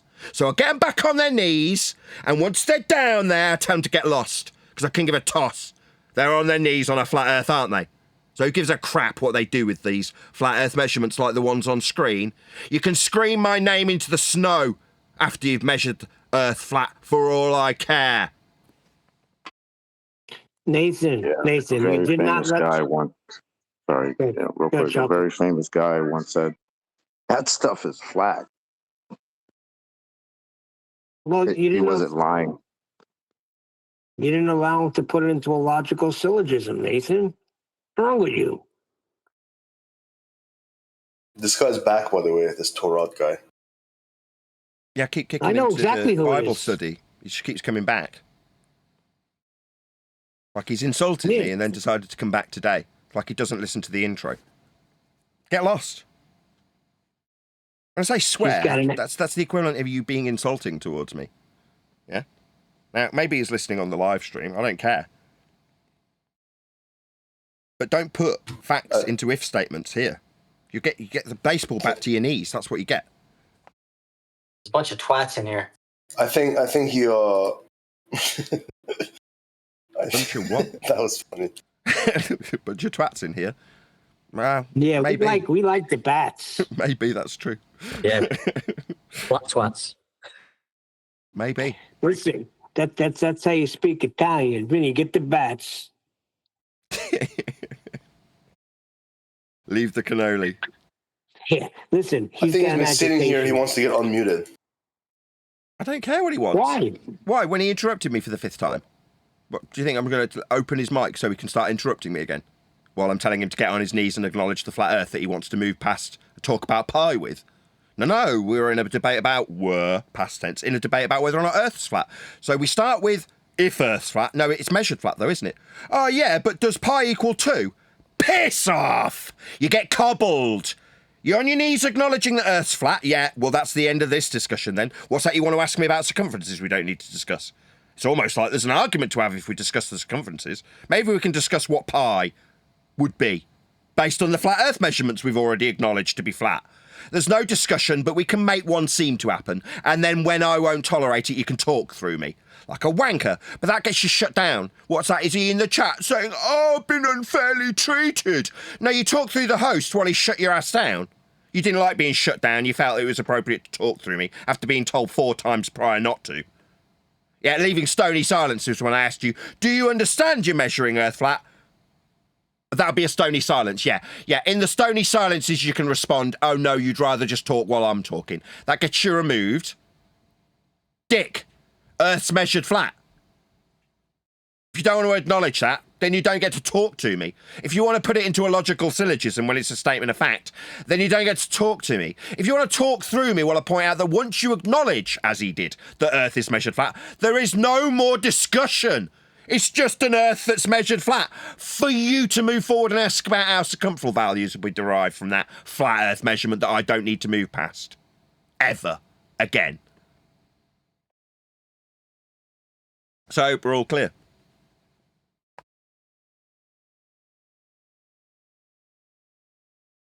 Now, you can rage. Yeah? Well, he is. But what you will find is you will go nuts. Yeah? And I'll give you an example. There's a guy called MC Toon. Now, this guy has proactively chased me for years. Why? Well, because he's a super fan. He loves Nathan Oakley. Why? Well, because I point out that he personally measures Earth flat. Now, when I point out that he personally measures Earth flat, and he personally utilises those flat Earth measurements to create a ball to believe in, it doesn't jive mentally. So what does he want to do? He wants to tell an audience that it's not about Earth being measured flat by him, it's about guns. Or, by equivalent, me menstruating. Yeah? That's what the equivalent is.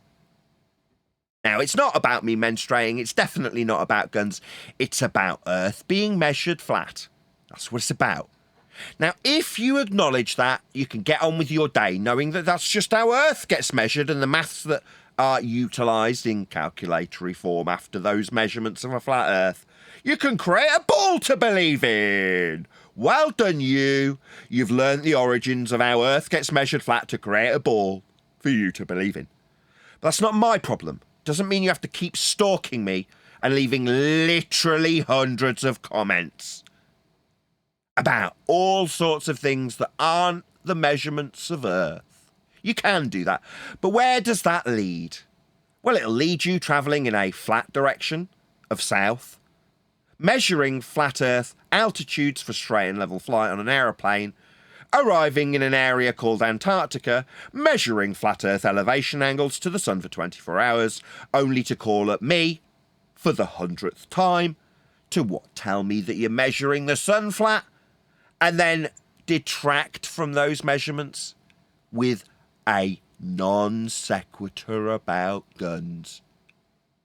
Now, once you've put the phone down on me, saying for the literal 100th time, you're measuring Earth flat, you can then scream my frickin' name into the snow about guns. AKA, you can go nuts. That's what you can do in the face of 100 plus repetitions of these words. You measure Earth flat. He's a big fan of yours, by the way. Again? He's a big fan of yours. He's a super fan. Why else would he be constantly bumping up my metrics in statistical terms with the amount of comments he leaves? He single-handedly contributed hundreds of comments to this channel. How can you not call him a super fan? His engagement alone dictates how much of a fan he is.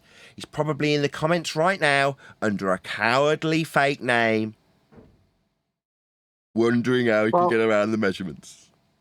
Well, I have somebody saying that we don't understand that horizontal planes are imaginary 2D concepts. That didn't sound imaginary when that's Nathan okay. made the elevation No, that's good by me. So when we measure the surface level in this diagram here, it's just an imaginary measurement, right? We're not really measuring Earth. Yeah, that's no worries. Yeah, that's called the hard place, Neil. I don't mind. You want to choose the hard place rather than the rock? You mean you're not measuring the Earth's surface? It's just imaginary? Oh, so you're not going to depend on it to suggest that that's the surface of Earth curving after you measure it flat for this surface level? That Al-Biruni derived this S. Can you not see this S? You're not going to derive that from this surface level measurement, right? Just imaginary. Oh, no worries then. Oh, we'll kick all of this to the curb if it's just imaginary. We're not measuring the surface then. Yeah? Oh, well, if not measuring the surface, then I don't want to use it. What's that? You don't want it to be imaginary anymore? All right, then you can get on your knees and acknowledge the surface level that you will measure. This is definitely not imaginary. You'll be measuring your height off it. Yeah? See this H? This is a measurement. Now, you can either accept that you are measuring the surface level of Earth, or you could call it imaginary and kick this shit to the curb. I don't mind either. Yeah? You can piss off with your tail between your legs saying, it was only imaginary. We weren't measuring a flat Earth. It was imaginary. All right, well then piss off then. You haven't got anything. You got nothing. No measurements then, just imagination land. Oh, well, you do measure stuff. Oh, what is it you're measuring? Surface level? Yo, Jimmy, pass me that bat. Sorry. Do you want to get on your knees, or am I going to do it for you? Yeah, you're going to be on your knees acknowledging the surface level measurement that you'll make. It's not imaginary now is it now, son? So you've got two choices. Get on your knees and acknowledge the flat surface level measurement. What's that you say? Imagination land? Then piss off. Tail between your legs, you've got nothing. Or you're on your knees acknowledging the flat earth measurement that you'll need. I don't give a toss which.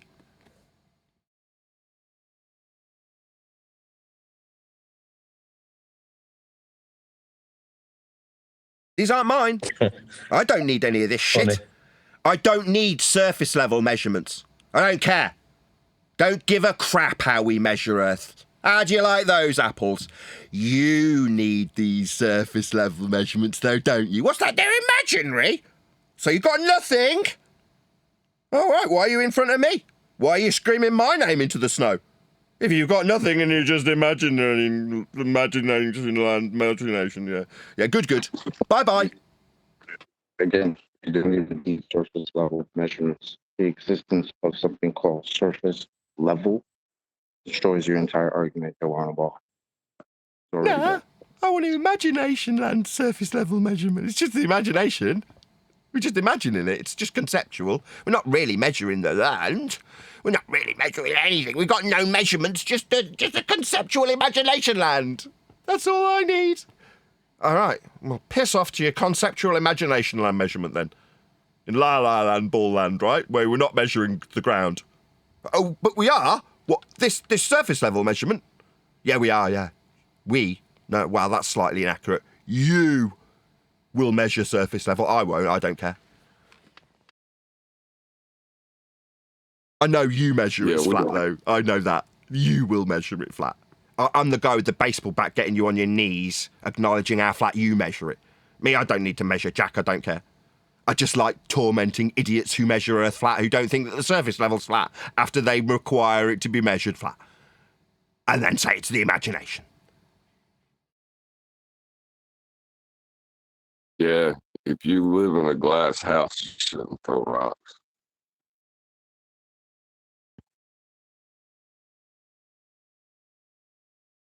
Yeah, it's going to be more and more painful as time progresses, as people on our opposing side realise that they are in the need. You pointed this out 12 months ago. You need a flat Earth more than we do. You're the ones exercising your religious faith in balls, not us. Once we walked away from the ball, we actually didn't need anything. The trick was making us believe that we suddenly needed to debunk how the ball worked and how we see too far. You don't need anything. For them to suggest that they see anything ever at any distance that's capable of measurement, they need to acknowledge that the measurement's linear. They haven't got a distance on a ball. They certainly haven't got any elevation angle measurements to the stars that they've all been measuring to create that ball on flat planes. Well, that's not my ball. That's not my flat plane measurement. That's not my flat Earth angle. That's not my linear distance. I don't need any of this crap. But you ballers to believe that you're in a ball measuring flat Earth elevation angles and linear distances, you need Earth to be measured flat for your stupid ball belief. So gone are the days where I'll be held accountable for how I say Earth doesn't work spherically. I don't care how you think Earth works spherically. To believe it's spherical, you'll measure Earth flat to achieve that stupid ball belief.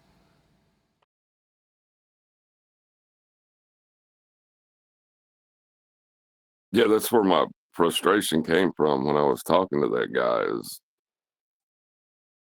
he wanted to acknowledge the flat plane and then discredit it being flat through calculation. Yeah, it was frustrating at the time. It's funny now, but it was frustrating at the time. For the audience, if you still haven't caught up, this is the rock and hard place argument. What is the rock? The rock is you on your knees acknowledging this on screen now. Alexandria and Cyan. What, the flat Earth elevation angle measurements of a well and a stick and a shadow. So the angle with respect to a flat planar surface, for it to be called an angle. If the surface is curving, it's not an angle anymore. Yeah, that's right. So Earth gets measured flat, and then we move forward deriving radial values after Earth gets measured flat. So you either acknowledge that Earth is measured flat, that's your rock, where I'm saying, right, so now get off your knees and piss off. Earth got measured flat for this angle. Yeah? Aristophanes is measuring Earth flat. You don't have to like it. I don't care. But you will measure Earth flat. You, not me. Now that's the rock. What's the other alternative to the rock? Well, there's the hard place, like the guy from chat just found out. It's not really an angle, it's imaginary. We're not using the ground. Oh, so you haven't measured Earth's surface then? We're not measuring Earth's surface. Conceptual, imaginary, not real. All right. So you've literally got no Earth surface measurement then? We're not measuring the surface. Piss off that you got absolutely nothing then. You're relinquishing your flat Earth measurements. You don't want them anymore. I don't care. Don't use them. So don't use the angle. Oh, well, you still need the angle for your radius? Yeah, the angle's off a flat Earth though, isn't it? So you're back on your knees in the rock, or you're buggering off to the hard place with nothing, because you haven't got any measurements anymore if you relinquish the flat Earth you measure. The best example of that was JLB, or was it JLB? The guy that does the salt flats, and he brought us that special Earth curve calculator that was made just for his pictures of the horizon. Oh, Tim. Tim and Walter. Oh, yeah, Tim. No, that's Timmy Osmond. Tim Osmond, that's right. I'm sorry. And he was throwing it all away by the end of the discussion. He didn't want nothing to do with any of it. And it was hilarious. Quote, nobody claims the horizon is Earth curve. End quote, Tim Osmond. After being put between a rock and a hard place. What pictures of Earth curve as the horizon? Yeah, you just have to look for the flat Earth that gets measured in any of these calculations. The one for Cyan and Alexandria is really obvious. It's on screen now. It's an angle. An elevation angle. It's got 90 degrees on the ground to your position. It can't be anything other than a flat Earth, or it isn't an elevation angle anymore. This is what creates this view with a protractor, basically, wrapped around you, representing all the angles that you could measure stars. I use this to depict what they saw for 24 hours in the Antarctic. You're like, yeah, this is what you do. You're measuring multiple different angles off a flat plane.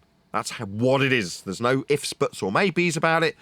And it works from in the centre of a ball. If you want to pretend that you've got a ball belief to stand on, then you must appreciate and understand how it actually functions on a plane from within the ball. It's called the equatorial plane, and you're projecting those angles through a globe that you're in hell measuring angles from. No, obviously not. Nobody's in hell, and nobody's got a ball wrapped around them to represent the flat plane of the sky and the flat plane of the ground that you can measure with these angles as depicted on screen here, to the lights that represent themselves moving towards the horizon from your vantage point. That doesn't mean they're actually reaching the horizon. They're still over someone else's head, wherever they're measured at the horizon for you through a protractor. But that's the worldview that creates a ball. But to understand how a ball gets created, you must understand that Earth gets measured flat. Now, for me, I'm just going to take anybody who comes across my path and say, you understand that this is one of the measurements, right? Doesn't matter if this on screen now is a sun measurement or Polaris measurement. It doesn't matter. It makes absolutely no difference. The measurement's still of a flat Earth. Now, if you either say, oh, well, it's just imaginary, this is conceptual, so we're not measuring surface then. And then you've got nothing, you don't have any measurements of the ground then, we're not measuring the ground. Oh, we are? Well, okay, get on your knees. It's flat.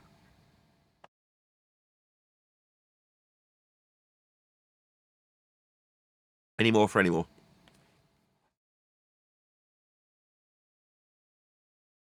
No? With that, I'll say if you are watching this on either Nathan Oakley 1980, why does this camera keep twisting? Maybe I'm kicking it with my feet. If you're watching this on either Nathan Oakley 1980 or Nathan Oakley Premiering Streams, then stay tuned as there will be an after show to follow. How beautifully in the New Testament, it's like you can't have a new unless the old is done away with. Jesus said himself, you can't put new wine into old wineskins because it'll burst. They don't get it, though.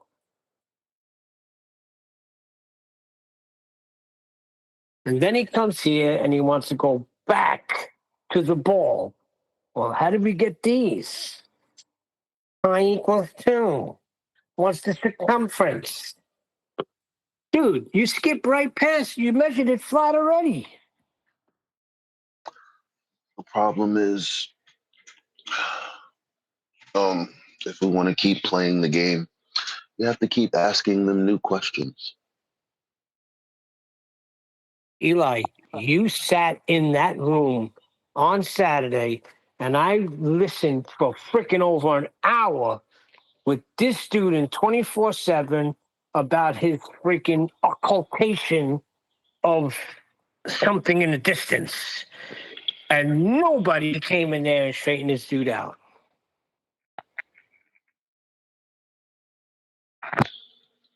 The Brit Hadashah means renewed covenant. Renewed covenant, by the way. Listen, So, I'm not yeah. going to discuss this with you. This is a flat earth debate show. You follow Yeah, then your don't bring Torah. up the You topic, better bro. keep it Don't all. bring up the You topic, better bro. keep You're it the all one that because brought you're it going to up, be not judged me. by it. You better keep it all because you're going to be judged by it. You break brought it one, up, not you'll me, be judged Neil. by the whole of it. The whole of your name brings it up. Your name is Yeah, an what are you going to offense be judged to by? me, a born-again believer who has put on Christ. You ain't taking me back, just like you want to take everybody back to a ball after you measure it Oh, I have flat. a point. There's an Dude, agitation Earth's in your not a spirit. ball. Earth's not a ball, I bro. did Everyone knows have Earth a is point. not a ball. That's not true either. The majority of the Western world thinks it is a ball. No, they don't. They think it's a globe. Nobody thinks it's a ball, bro. A ball and a You're globe a is freaking exactly the idiot. You know same thing. damn well what we're talking about. Sorry, Eli. No, a ball and a If globe. you think is every exactly the same point, thing. if you think every point from the center is equidistant to the exterior, nobody thinks that. No, a ball and a sphere and a globe is the same thing. Was that supposed to be an argument? Not by the, That's the not by argument, the Chocolate. etymology. No, that's confusing. That's Well, confusing. this is totally. Don't forget the concave earthers that they have a model too. So Are you just gonna make up the definitions of words now? Hey guys, Eli was I saying something. I was. Thank What's you. up, Eli? What's How you up? doing, brother? What's up? What, like Horizon? So you guys have a problem with responding to their questions or concerns or statements, Who are like they? Neil. Like we Who could are you get talking about? dragged in, like Neil, for example. When we get dragged into conversations like the one this young man just tried to drag him into, when it's not important today here on FED. I didn't bring it up. I think again that we just need new questions to ask ballers. That's what keeps it fun. Okay, you've got a very different outlook on this to me, Eli, obviously. But fair enough. I mean, each their own. Well, why not? I got the outlook that we've all experienced throughout the years. Tell me that we didn't have a different question for the ballers about the same topic every year. But I haven't got any questions anymore. What do I need to ask them? Yeah, I it's know, over. but that's Is that a bad. question? I'm saying if you want to play the game, you want to stay interesting, then there has to be more questions. You just have to revise, revamp, reshake. It's the same stuff. Like for example, like have we as FED tried to get the globe earthers to understand and acknowledge, or have we questioned them about the fact that when planes are landing and when they're taking off, they're doing pure trigonometry, and for example, 75 miles is treated as flat. That's not local. I mean, we've got pitch data. When we asked them, yeah. Then I discovered something else yesterday. I tried to post it in Teams. I guess I'll post it again. But it was basically about radar. You know, we've talked about radar before. Let me pull it up.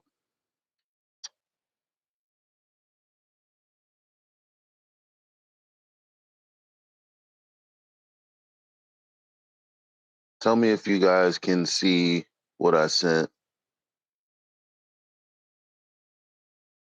Yeah, a load of text. Yeah. So right here, I forget what it was called. It's a destroyer of some type of sea ship. Oh, Conan. And I'm sorry, Conan. I don't think that's what it's called. I'll get the name soon. But they used an AN Spy 1 radar, and I focus specifically on the point where they say that the range is typically up to 175 nautical miles or 201 miles, with a reduced range of 45 miles or 52 miles against sea skimming missiles. And I'm like, what's that? What, a mile? So linear distance that can only exist on a flat Earth? Well, yeah, but the sea skimming missile. Oh, they'll be travelling on a measured flat Earth only distance. The concept being miles in this instance, yeah? Sure. I'm just waiting to be told off by somebody that says I'm not. If we're taking it from, I do want you to carry on with the example, but I also want to point out that there's an opportunity to say you're not being fair, Nathan. You're just shutting it down by saying that you'll need flat Earth concepts to have this discussion about the missiles. I'm just waiting. Yeah, it's called a hand wave dismissal. Well, no, it's not. It's not, because if I don't have the ability to articulate this, then that's the problem. But I guess what I'm pointing out is this is just like the Black Swan, in the sense that You can't use that. It has an if statement. Excuse you. Yeah, I agree. So it's like the Black Swan, where we'll take into condition that the Earth is a sphere. Yeah, I agree with the guy. Now, believe it or not, I'm now on his side because he's saying, no, you'd have to put it into a conditional if statement, wouldn't you? Say again? You're putting it into an if statement about Earth's sphericity, but in so doing, you're having to acknowledge certain flat Earth prerequisites. So in so doing, you're affording the baller, they're begging the question fallacy of the sphericity of Earth's surface, and ignoring the derivation of the sphericity of Earth's surface from flat Earth measurements, and then giving them linear distance measurement to ask them about that flat Earth only linear distance measurement and how it would work on a ball if you assumed one. That's what you're having to do. That's not what I'm doing. Yeah, That's what the Black Swan is. Not to mention changing. That's what the Black Swan is, while this guy from Discord, who I decided to take off mute, has decided that he's going to talk through your and my conversation. Yeah, that's what the Black Swan is. So are you saying that the Black Swan is no longer relevant, or, well, yeah, no longer relevant in the face of the fact that they need flat Earth to do anything? Yeah, call it entropy. It's the entropy of an argument. The old hotness. Yeah, Black Swan's the old hotness. It was of its moment because it allowed that transition where our side are giving up all of the feast of nonsense, non-conforming to the surface of the level plane that we're measuring. We're giving all of those to our opponents for them to, on our opponent's side, be allowed for the last time to beg the question. Can you mute, Eli? You're causing a load of chaos. Sorry. That's all right. So yeah, that's the last time we've done that. It was like a line. QE understood when he did it the amount of, what would you call it when you give someone something? A tacit acceptance. Enough. No, it's like acknowledgements or like tacit acceptance. Tacit acceptance isn't right either. It's like giving them an let me change unfair my advantage. You know what I mean? It's like, yeah, I'll take the weight out of your toboggan. You know what I mean? I'll take all the weight out so there's no handicap anymore. A bit like that. Let me change my tact on this then. So not like the Black Swan. Let me go with it the way that I go with the landing and takeoff. So with sea skimming missiles, what this radar does is detect targets or potential threats that are above sea level, anywhere between 1 to 10 meters, I believe, from a maximum of 50 miles away. Period. Cool. Earth is Outstanding. flat. So everything about what you've just said, every other word that you said, I think, required a surface level description or a linear measurement description or a height off of sea level measurement, right? Everything that you're describing is a flat Earth prerequisite 6 waves from Sunday, isn't it? Including the line of sight, yep. Yeah, so line of sight parallel with the surface level itself measured with sea level, the distance in linear miles or kilometres that the sea skimming missile will travel whilst in straight and level flight with respect to the sea level that it's parallel with. Everything about what you're describing proves a flat Earth, but when you say it, you go, that seems redundant to even say it. You don't need to, it's almost as bad as saying, well, if Earth's flat, it's like you don't need to put this into a logical consistency. You don't need to say at the end of describing linear miles, and therefore Earth's flat. It goes without saying. And in defense of the Black Swan, there was a time when ballers argued for measurement. And this entire conversation was how much Earth curve was being measured. Its relevance is to get them to relinquish measurement so they have nothing. Most of them still don't get that. Most of them don't realise that the word refraction is the conclusion. To relinquish your physical geometric measurements of a sphere Earth with radius 3959 at 1.22 times the square root of the observer's height in feet, you must have physicality to measure. And the moment they say refraction, they relinquish all physicality, but don't realise that they're doing it because they don't understand the argument. So they think that they've won when they say refraction, and they're so dumb that 5 years down the line, they still don't realise that's where they lose. They're too dumb to realise it 5 years later. They still say So refraction like it's a... I wouldn't have bet. I said they will never get it. They still say refraction like it's a rebuttal. You can't win that bet, Liam, because you can't be around forever to win the bet. So you can't claim they'll never get it. That would mean you'd have to never, ever, ever. But Brian, they're never getting it so far. It's like you're right. Like technically, what you were claiming is mostly right, Neil. They start from a secondary position. See, they're starting from already begging the question of the sphere. That's the problem. That is the chink in their armor. But in a way, it's also their power, because they start off from a position of the Earth already being a sphere that's measured with a radius of 3959 miles, and then they add in 7 and greater than 7 over 6 or in their mind, and they come up with this, and it all starts with a distance to the horizon. Right now, if you don't have a demarcation point like the platforms in the Black Swan photograph, if you don't have something like that, they'll start telling you how far away the horizon is just based off your eye height. And how they're coming up with that is the geometry of the globe. So everything they do revolves around their globe already existing and being measured. Everything. So when the horizon doesn't match, just 1 second, Chocolate. When the horizon doesn't match where it needs to be, would need to be for distance, as I say, via their eye height, it's because there's a demarcation point showing that the horizon is not where they would need it to be.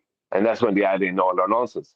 But when you're just standing there on the beach with them, they will start trying to tell you how far away the horizon is. That's what they'll do, because they're lunatics, to be honest with you, most of them. Sorry, Chocolate. No, I'm agreeing. So they'll start and I think they realize that, which is why after they realized that they could tell us wherever the horizon is, wherever they decide to tell us, but without that demarcation, goes to shit. They realized that, and that's why after the Black Swan, when their retort became refraction, with that came, oh, but the first statement is also a straw man. What do you mean it's a straw man? The first statement, the claim that you guys been making, that the Earth is a sphere with a radius of 3959 miles, that itself is a straw man now? That's how you knew that shit was devastating.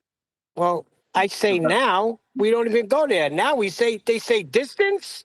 What distance? It's all over, buddy. Like what's refraction? It involves two media, right? You're looking through air, you're looking through one medium, right? Something that's already an optical phenomenon. They're trying to basically claim that an optical phenomenon has been refracted. Now, if I look with a camera and I see the horizon, then I have two media. I have the glass, the lens of the camera, and I have the air, right? Now, if I take that camera away and I still see the horizon, then it, you know what I mean? Like logically, just from a logical standpoint, then that is not refraction. Do you know what I mean? They don't want to adhere to what refraction is. They don't want to deal with what refraction is. They want to start talking about vertical temperature gradients and pressures, and they have nothing to do with Snell's law. You know? Brian, given that a rainbow is created through refraction of rain particles or drops, can you refract the refracted? Can you refract a rainbow? Well, it is refraction, but can you refract that refraction? Well, how would you do that? I mean, well, not God, you. I don't know. How would that? You'd have to ask me. How do you? I don't know how to even answer that question, John. To be honest. It's kind of the same thing, though, isn't it? You know, if they're claiming it's refracted, then how would you? You know what I mean? Yeah, but like, the same goes for inferior mirage or any of the rest of them. Like you can see them with your eyes through one medium, and you can see that you can photograph the inferior mirage you're looking at after you've seen it with your eyes.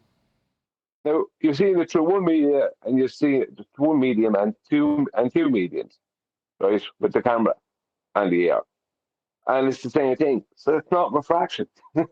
Now, we all know what it is and what it's not, but just for these people, they just don't want to get it. That's the problem.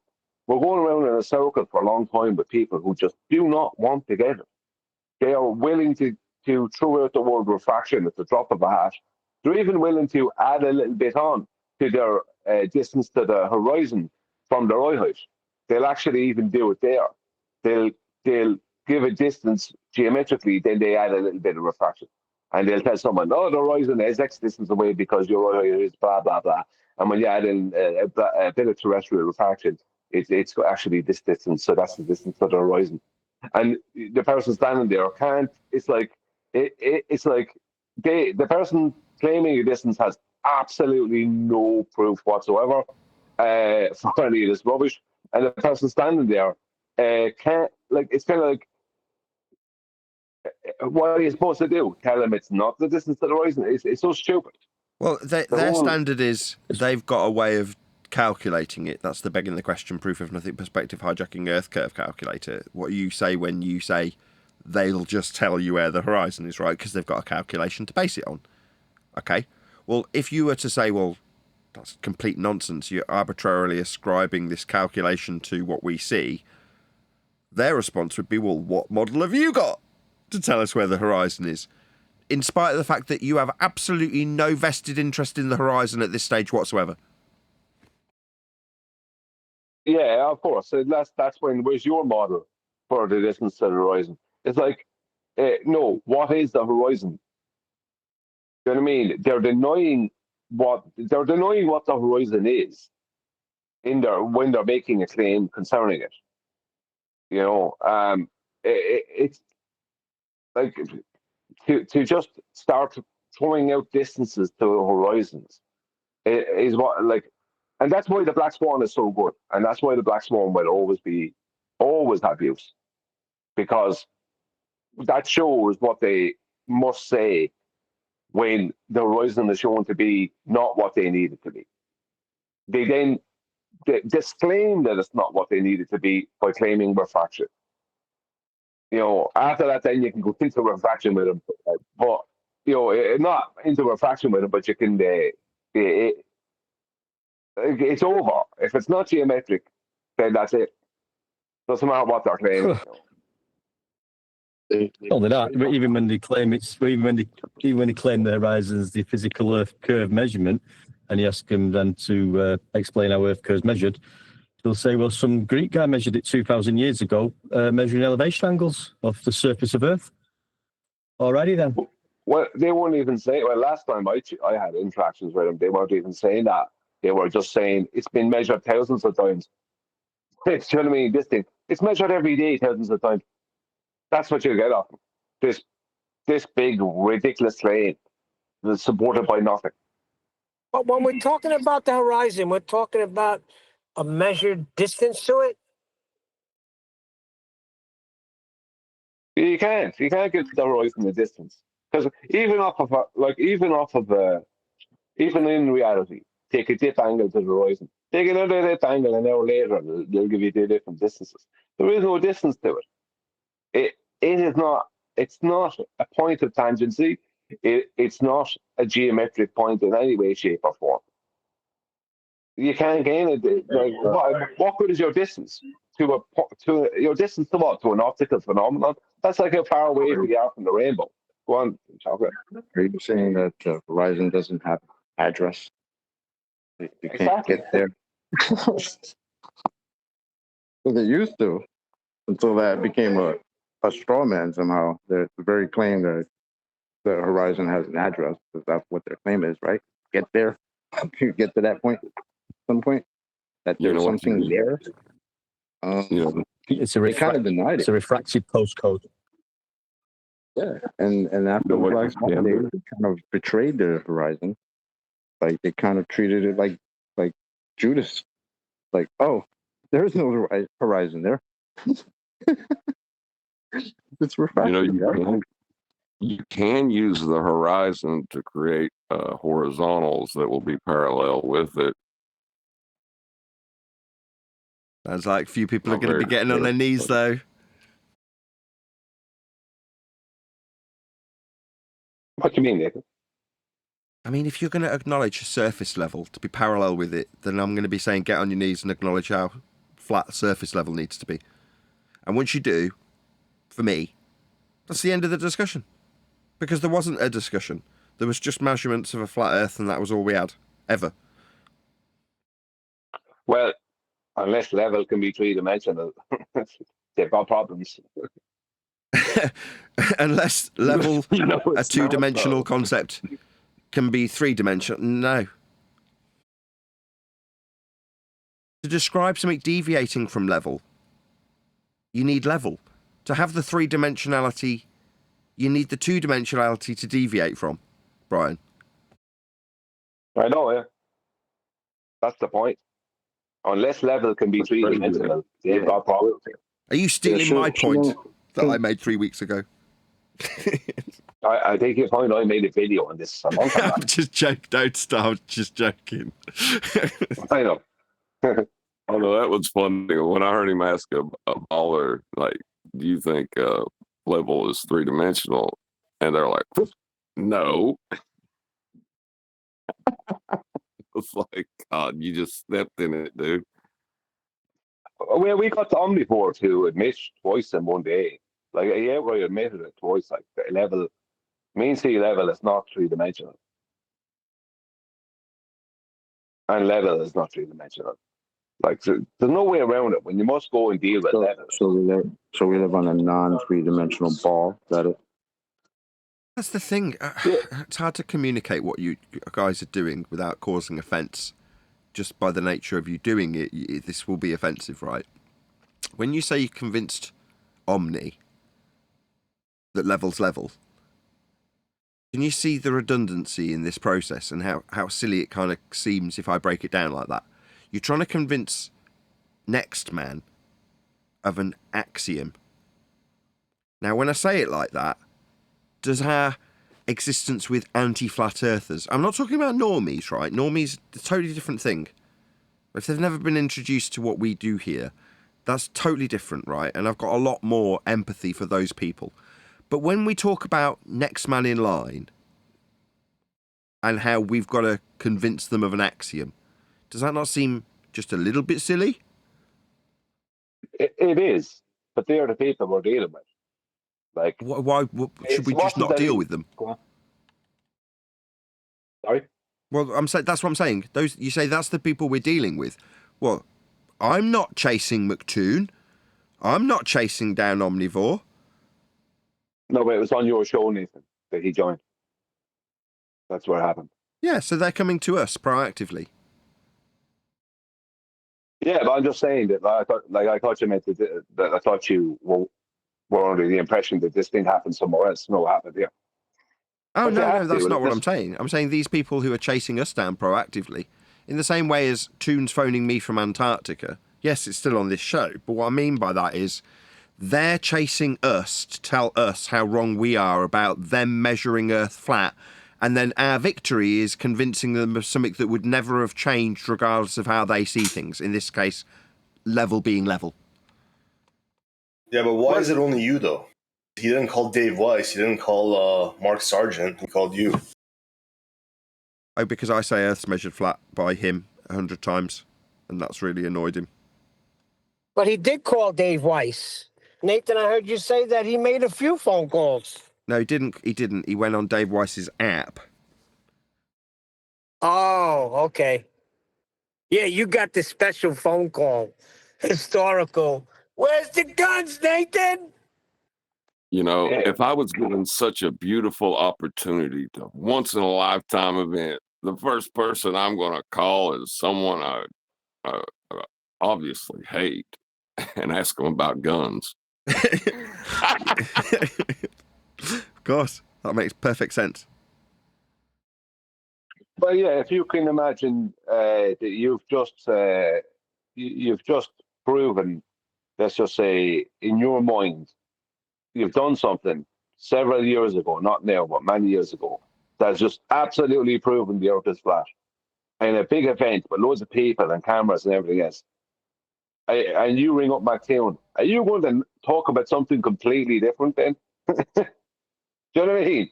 Wait, you went straight to talking about anything but this supposed 24-hour thought. Well, the worst thing was anything but that. Well, the worst was what he did say. He tried to deflect with measurements. I mean, if I'd have paid him, like literally, I've said, right, this is how I want it to go down. At the end, I want you to tell the audience that I'm deflecting, but say I'm deflecting with measurements. I mean, I literally couldn't have paid him to make a better statement in conclusion. He tried to deflect with measurements, end quote. It's like a gift from God. I don't know, it's like I peed on myself when he did that. I was laughing so hard. What's that re-upload you did? Like, deflecting from the...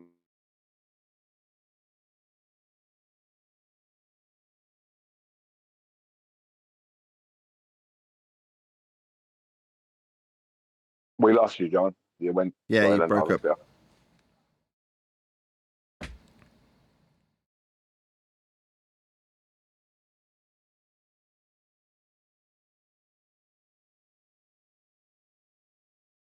McToon does want you to go on his show, though. Heard that from him. Yeah, of course he does. Well, the real deflecting going on was his deflection away from what supposedly he had just witnessed. Why was he not focusing on that? Like, if I'm going to ring up who would be, let's say, you'd be his arch enemy, Nathan, right? If I'm going to ring up my arch enemy at the point just after my epic victory in my head, right? In my head, right? I'm not saying that in their heads that this is supposed to be a victory at some point. And I ring up my arch enemy, and I'm there with the girl and everything else. Am I going to start talking to him about that time he told me that Tommy down the road had bought a red Ferrari, but he hadn't bought one, so he was just a liar? You know what I mean? Like, at the crescendo of my supposed victory, that's what I'm going to talk about. Some lie from 9 years prior or something. That doesn't, like, that's not what you're expecting him to bring up, is it? Are you suggesting that that means he's in attentive television sets, Brian? Because that seems like a stretch to me. I'm not suggesting anything. I'm just like, it's bizarre that he didn't focus on the big, massive event he had supposedly just witnessed. Sorry, Chocolate. I think that's just as much of the gift as the name they gave this nonsense, the final experiment. No, that's been updated. Still here. Sorry, there's been an update to that. It's now. I mean, I don't know what the F's going to stand for, but it's now experiments. There's more to come. Exactly.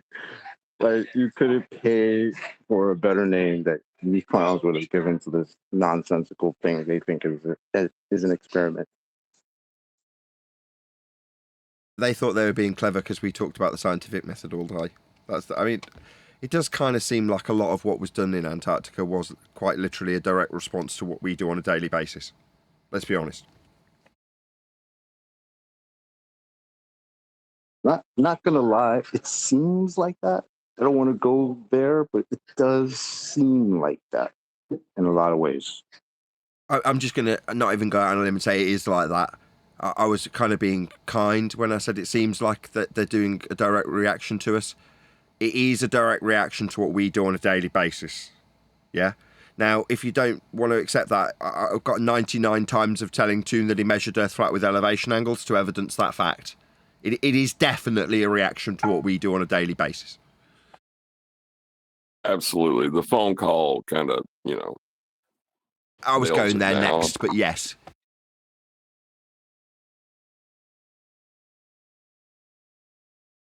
I agree. Being the first one that's contacted, the first supposed enemy of them that's contacted once they get there, it does kind of play into the hands of, yeah, are y'all doing this for us?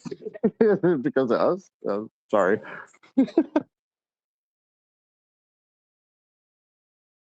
Well, they went all the way to Antarctica supposedly to prove the existence of a supposed natural phenomenon that happens supposedly for several months of the year, every year, forever. I mean, why did they need to do all that in 2024? Exactly. Like, this was supposed to be a thing already. Why are you going to prove the thing that was supposed to be a thing? So when you say supposedly, Brian, are you suggesting that they had a special effects expert there posing as a flat earther and he set up a tent of tellies? I mean, that to me seems like a bit of a stretch, Brian. But I mean, if that's what you're saying. Well, they did have a Hollywood special effects expert there. Well, that is what you're saying. I'm not reading between the lines then. I'm not saying they faked it or anything. I couldn't say that.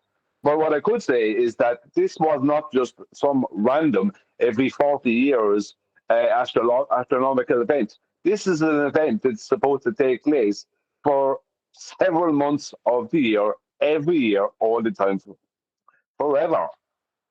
What? It's bizarre. It's supposed to be happening all the time? What do you mean?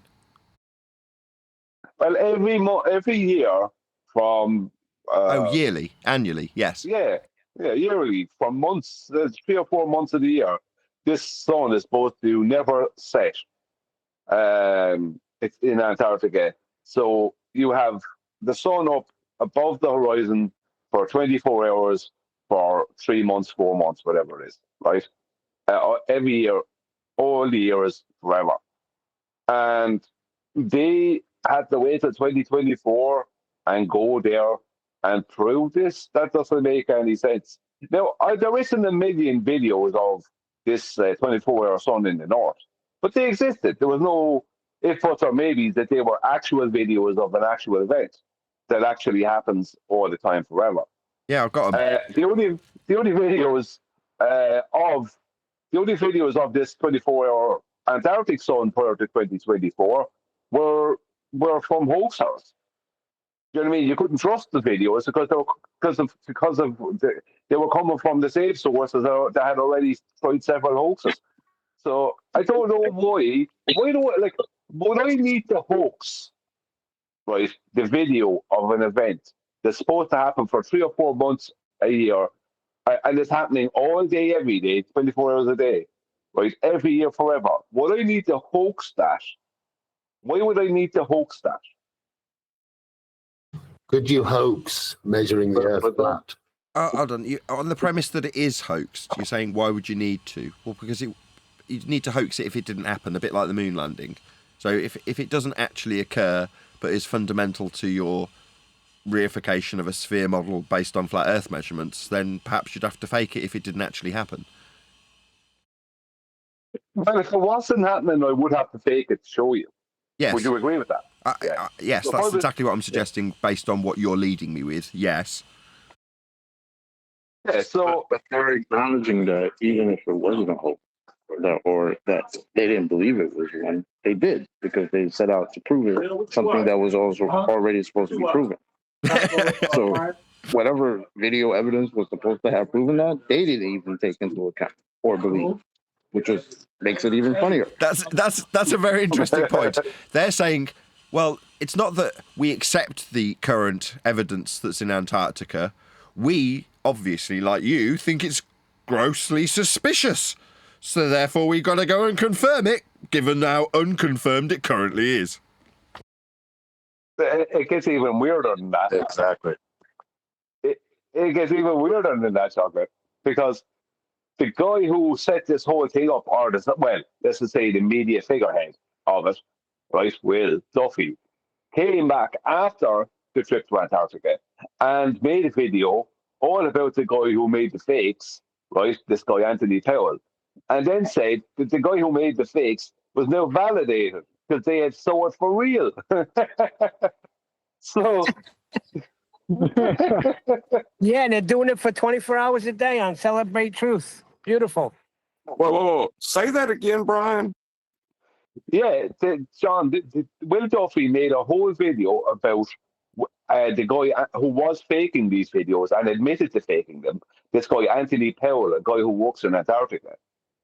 Will Duffy came back after the final experiment thing and made a whole video claiming that now Anthony Powell was validated, even though he had admitted to making fakes. So, doesn't that check out? What? No. What?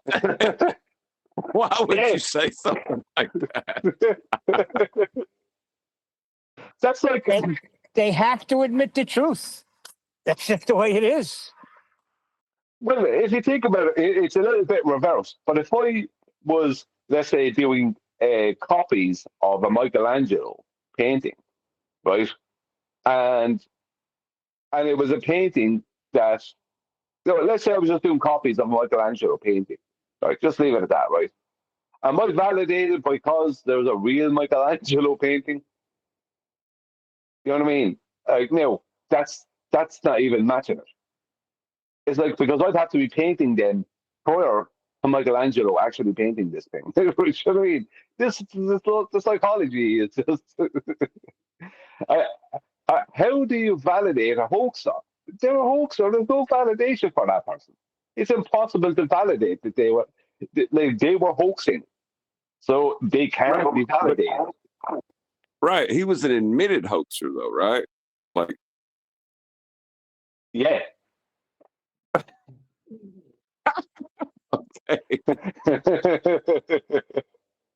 So someone who was hoaxing and admitting to hoaxing is now validated, right? Because I supposedly got the real thing. It's like, no, it's like popping up that the TFE is, that's all it was. It's a popping up that the TFE is a real thing that really happened. As in, not the, I see what you're saying. It's kind of like, let's pretend it's 10 years from now, and just in this hypothetical scenario, they're in the aftermath of the most recent moon landing, and they're saying, well, obviously, our moon landing proves that we really can go. And you're like, what? You mean you're accepting that the previous one isn't real then? Yeah. No, we're just making sure.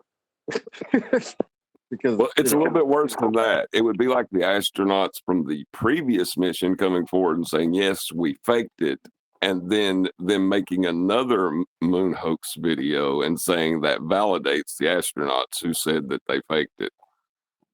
Exactly. Because the difference is that in your scenario and my scenario, Nathan, there was a real Michelangelo painting, and in your scenario, they did really go to the moon, right? For this thing.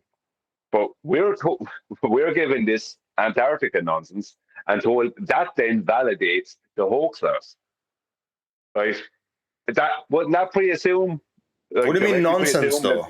What do you mean Antarctica nonsense? Yeah, but would that pre-assume then that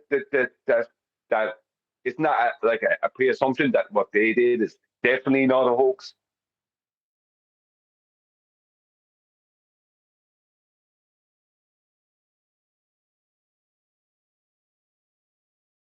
I don't know what to say, Brian. Yeah, but when you say Antarctica nonsense, what do you mean by that? What do I mean by that? What do you mean? What do I mean? Like, what's nonsense about it? Well, the whole thing is nonsense because it doesn't matter whether they did or did not see a 24-hour sun. It doesn't change the geometry of the world, so it meant absolutely nothing. It's purely there for pain relief. That was the whole purpose of it. Whether it's true or false makes no difference. It's purely for pain relief. And if it was worth anything, they'd be trying to use it in an argument all the time. Yet I have yet to hear one person use it as a proper argument. I can do it.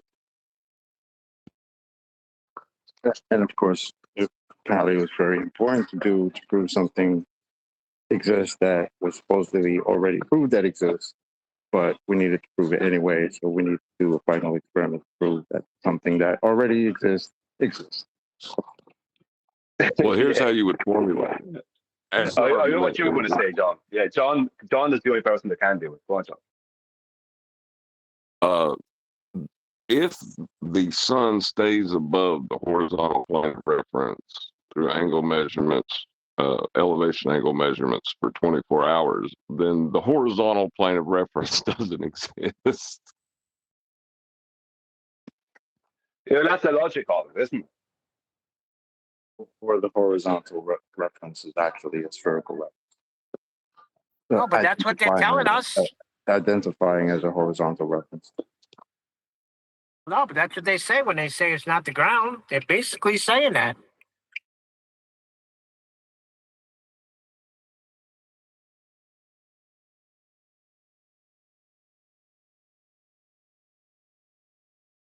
The guy Steve Bauman, hold on. The guy Steve Bauman said it today. He said they're imaginary. Doesn't matter what Nathan read. Doesn't matter the citations of what an elevation angle is. One of them says standing on the earth. But it's not the ground.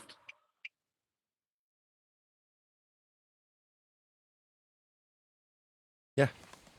Pick that rock or pick that hard place. I don't care which. Yeah, Neil, what are you measuring the elevation above? It's imaginary. It doesn't matter. So exactly, Neil. Good answer. That was brilliant. Yeah, so Neil picked the hard place. Well done, Neil. You're not measuring anything. It's imaginary. Good job. Nathan, he was in here. You debated him one time. The guy Steve Bauman. He claims he's banned and he can't get back in.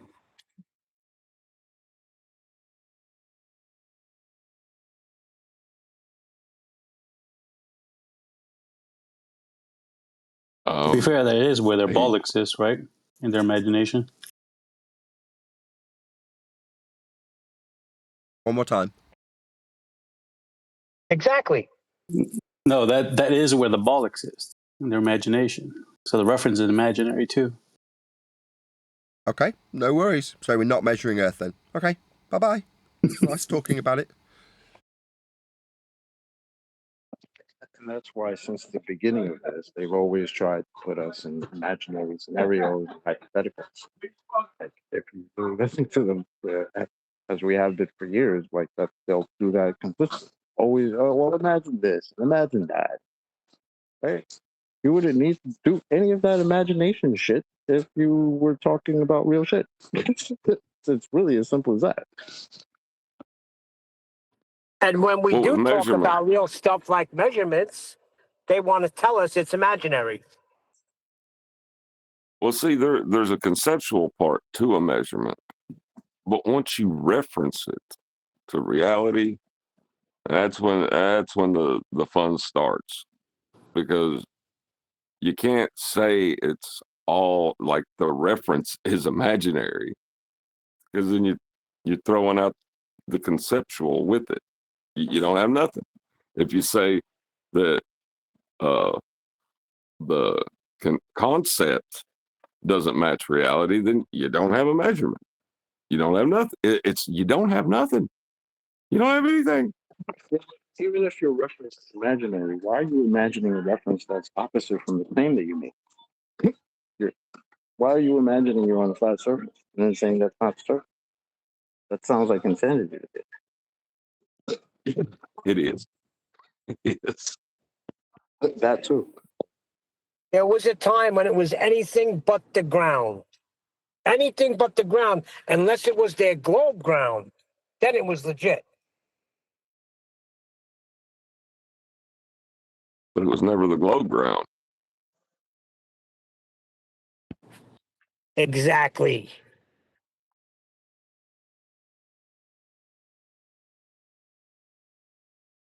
But they'll tell you celestial navigation can only be done in a globe. All these coordinates are derived from a globe.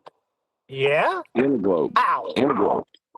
I remember when I stopped the discussion when Zanuck was here, and I asked him, what if I said just use the spherical surface, right? Literally his response, like I'm giving that to him. Use the spherical surface to measure elevation. His direct response, you know what? Let me go find it. This is a great call. Give me a second.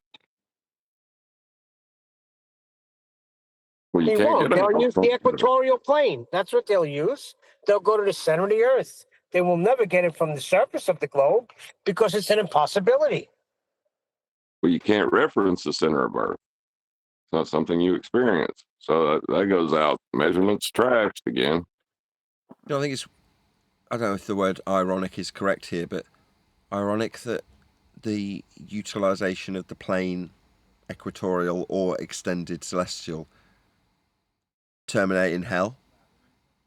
And by hell, I mean in the centre of a ball, where the molten iron core would be, but also where, if you're a heliocentric, Bible-believing Christian, then where's hell? I mean, it can only be one place, right?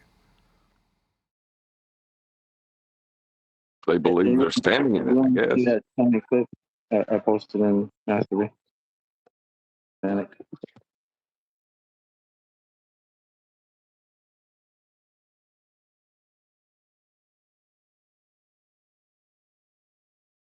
Read it out to us.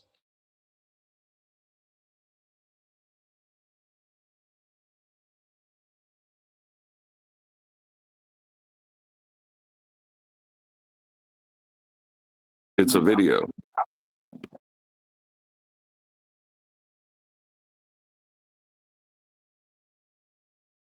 Oh, you got a video with Zanuck. Wow.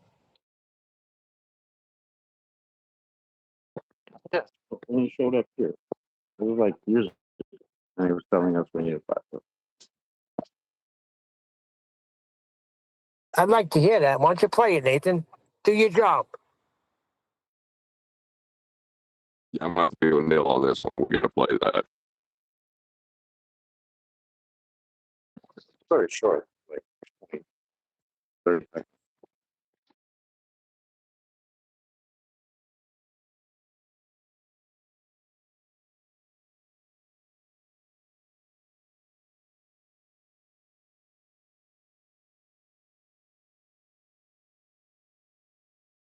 He's working on a victory royale. That's not his job. That's leisure time. Probably stepped away for like coffee. Is he using the Chun-Li skin? He has enough of that time when we're writing a book. I'd like to know, the man they came off mute and asked me why was it called, what did I mean by Antarctica nonsense? What was it that I said that caused you to? What was it that irked you, that statement?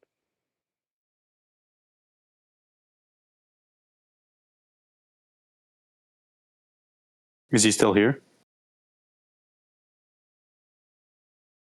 I don't know who he was. I recognized his voice. I heard his voice before, I think, but that's it. What did he say, Brian? I refer to the TFE as that Antarctica nonsense. And he asked me, what did I mean by Antarctica nonsense? He seemed to have an issue with why. I'm just wondering why he had an issue with that, with how I phrased it.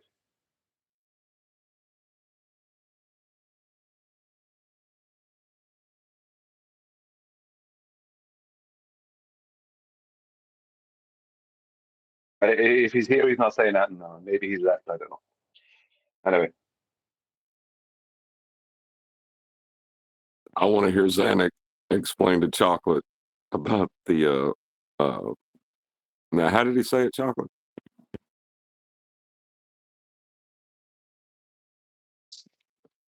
He said you need a flat surface. When I asked him to use the spherical surface first, and he told me we need a flat. So it's like, okay, thanks. I don't know what else to say after that. Then they hit it with the how did my balls taste all that. Did you offer him a cigarette? Tell him where the bathroom was?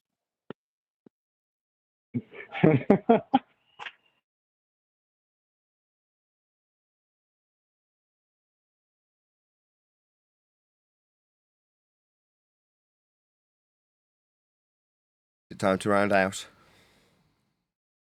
No, we're waiting on you to come back so we can hear the thing that Chocolate posted. Can you play what I just posted in Master B? Like 30 seconds. Surface first? Or do we need to switch it up and use the spherical surface first? Or do we need the flat? We can use the flat surface. Okay, you say we can use the spherical surface first. How'd you get an elevation angle from the spherical surface first? No, you wouldn't. You'd need a flat surface. Sorry, you wouldn't. That's right. Now enjoy the slapping sound. Yes, let's have that bit.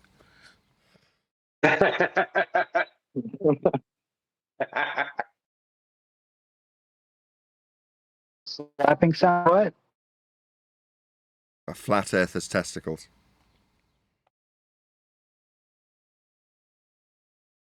I believe gamers call it teabagging. Is that Yes, that's not. Yeah, well, who was it first told us about this reference, John?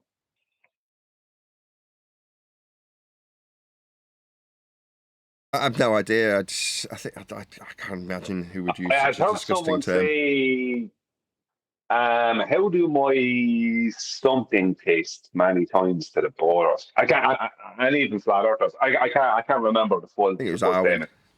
We got rid of him. Yeah.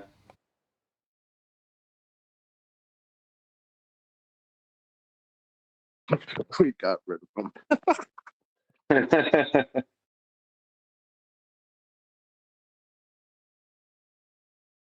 Yeah, it's funny with elevation angles, isn't it? What are we measuring the elevation of the celestial body above?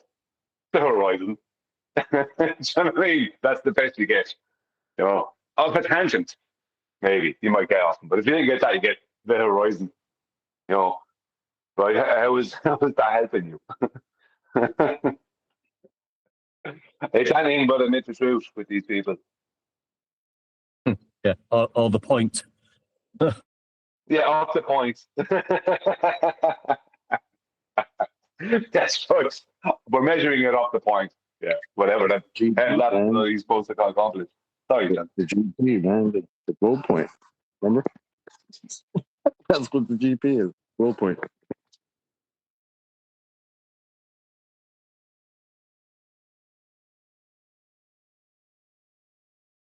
What I would have said that, chocolate.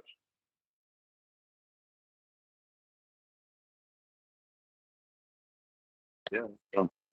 One of them came in here, and I think it was you. He was going back and forth with, and he called the GP the goal point.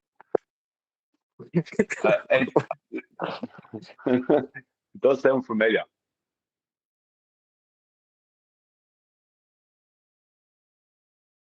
This was a while ago.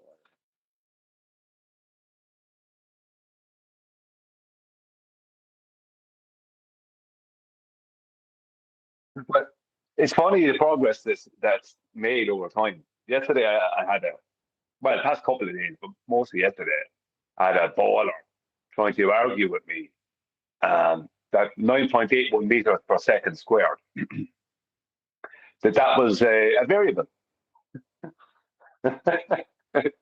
Right? It's a variable. You know what I mean? No, you know what? A variable of many measurements is like, no. There's no measurements for the rubbish you're talking about. That's a calculation that you are making it. That's a calculation that you try and make into an average. Measurement. So that's why at one time that was the exact rate that something fell on Earth. Measured. Measured perpendicular to a plane of reference.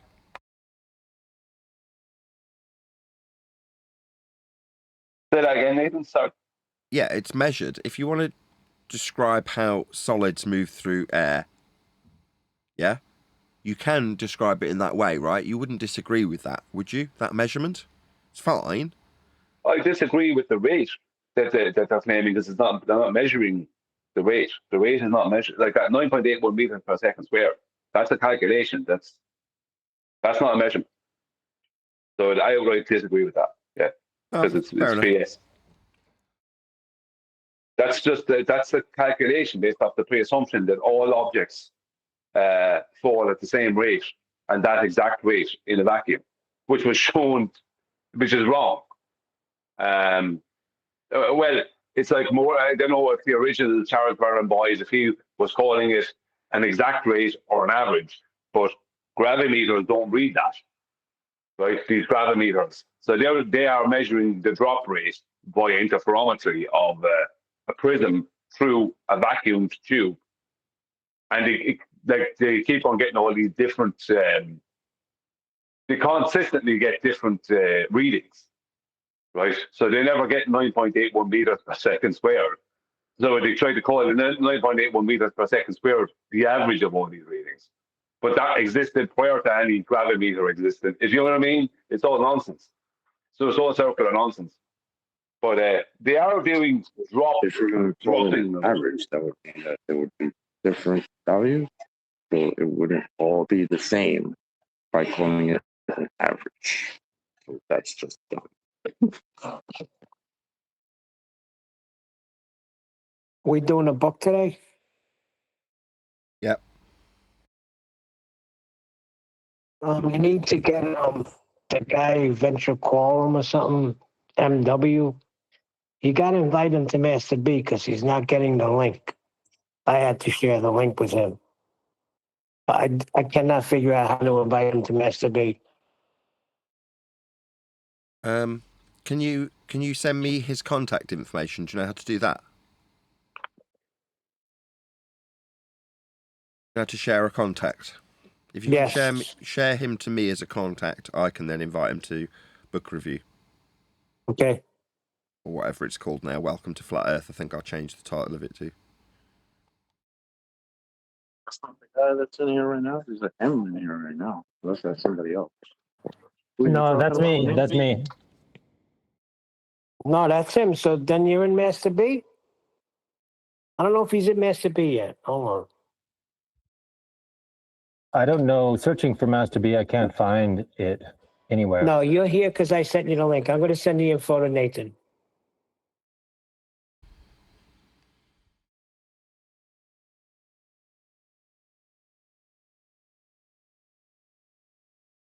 Adam's joined, but is he actually here? He's joined to make sure he can get in.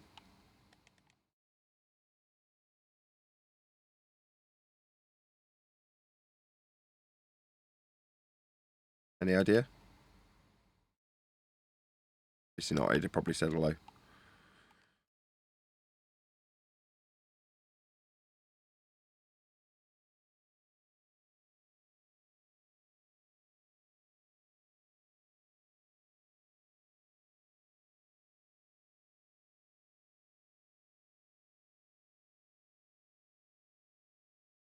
So yeah, we're just waiting for QE, I guess. Then when he gets here, we'll... No worries. I'll write the rest of this book myself. Will you now? It's already done. It's already written. I mean... I'm running out of microphones to sell, so I will start putting a bit of pressure on them as much as I'm like, it'll take as long as it takes. Yeah. Until I actually start running out of money, then it's kind of a bit more urgent. So that might not be the attitude.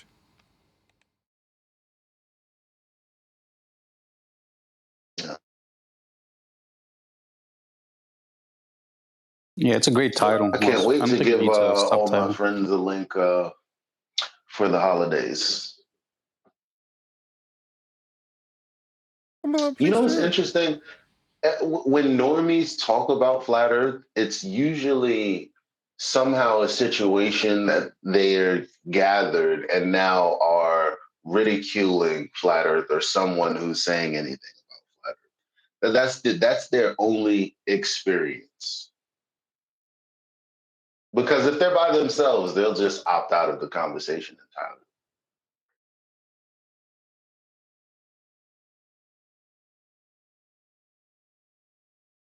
Strength in numbers. What a cult. We're dealing with something crazy. Yeah.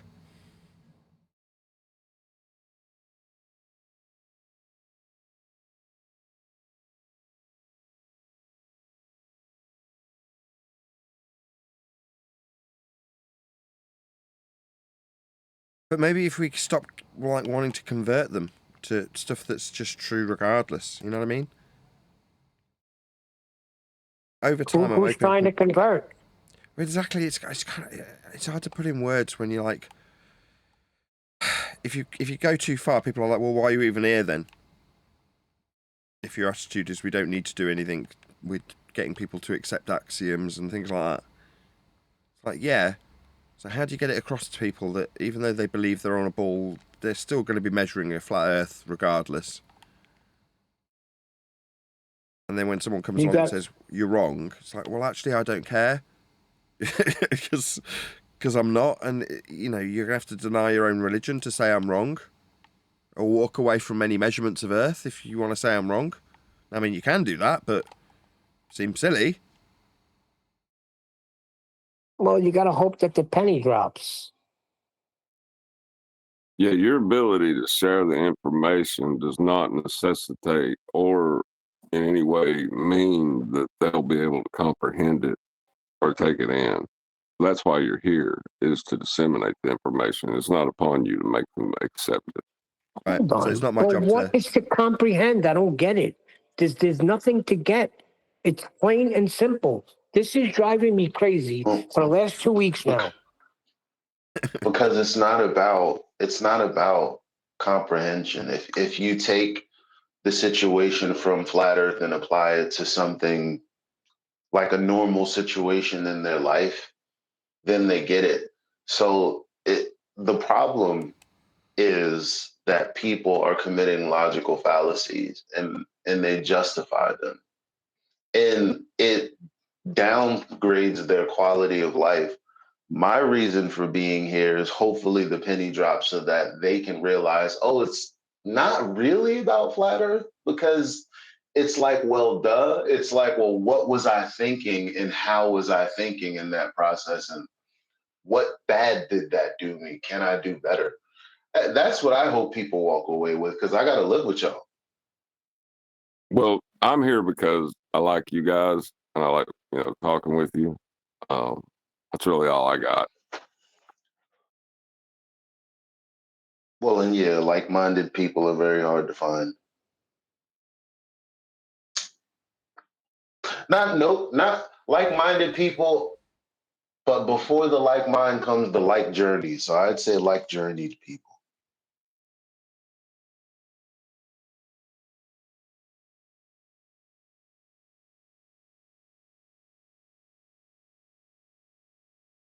I've actually found it harder to get along with most flat earthers than to get along with just, people who believe that it's a sphere. Yeah, but they're not arguing with about being a sphere if they just believe it's a sphere. So that's not really a fair comparison, is it? No. Well, it is, because most flat earthers don't like each other. They don't agree with each other. And that's a generalization and stereotype again. I mean, I despise that's all a of fallacy. you, so it's not fair to say some. Like, we get along just fine. I'll refer you to Friday's show. Well, I'm talking about the big guys. So ask Nathan how he feels about Dave Weiss, Mark Sargent. That's all right. What does that matter? Who else? It depends on what the people are talking about. If you're talking nonsense, we're going to address it. Also, I'm very fickle. So, for instance, when I come to promote the book, I will contact Dave Weiss and ask him to have me on a show to talk about it. And you should.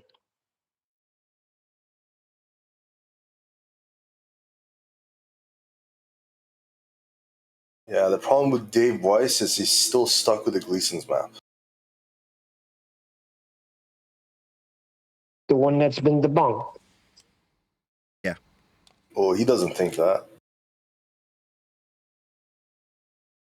Because he's got an app to sell.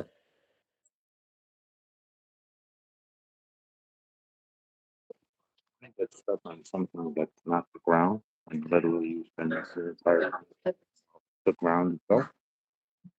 I find that very strange. Not sure why people do this. I never had to gravitate, to use that word, towards any map in order to understand that the ground that I walk on and live on isn't spherical. Why do I need a representation of that ground when I've got the ground itself underneath my feet right now? I don't need a map.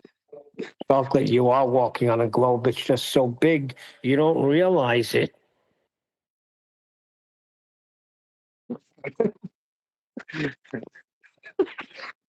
I don't know why that statement is so funny. It's just so big, Oh, it's so big that I couldn't tell that the sphere that I thought it was a sphere? Huh? It's such a big That's what she sphere said. that it doesn't obey geometry. So we're either constantly walking up or constantly walking down. But it's just so big that you don't realize that you're walking on a globe.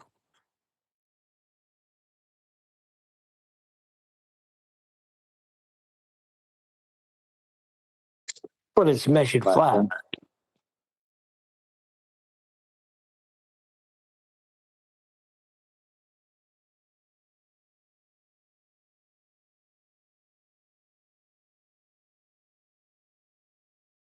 So this second law of thermodynamics, when I Google it, it doesn't really say what you guys are saying, though.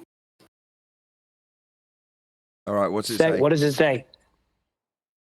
I mean, it doesn't talk about anything at all with the gases leaving the Earth. Or No, it talks about the entropic state of matter and energy dispersing. yeah. Yeah, gases are matter.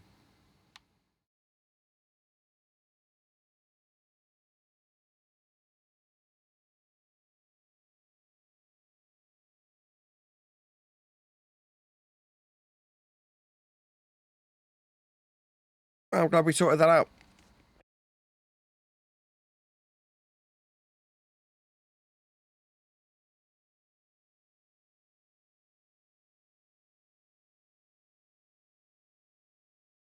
Did you get it? Not or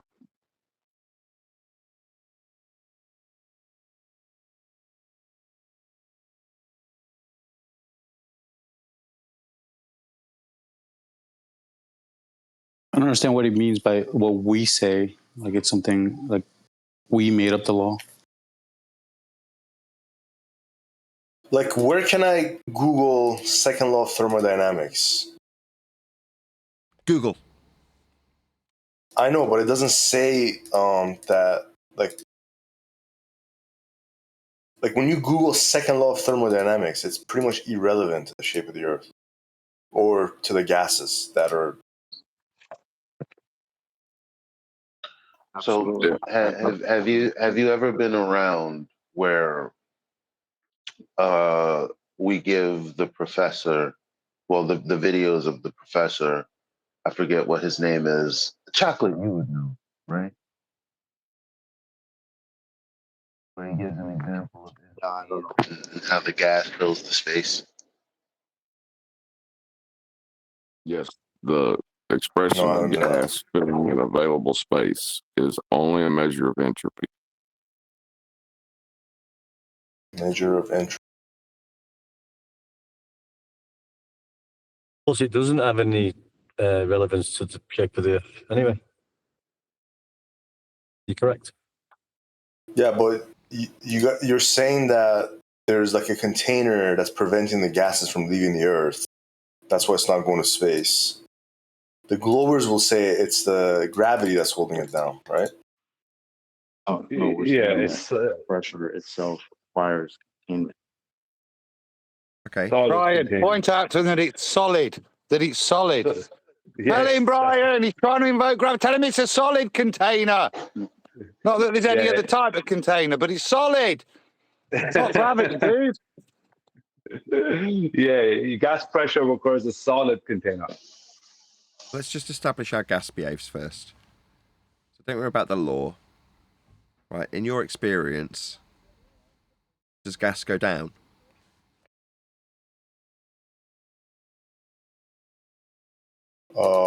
Gases, they stay in that container. They were? Gases usually stay in the container shape.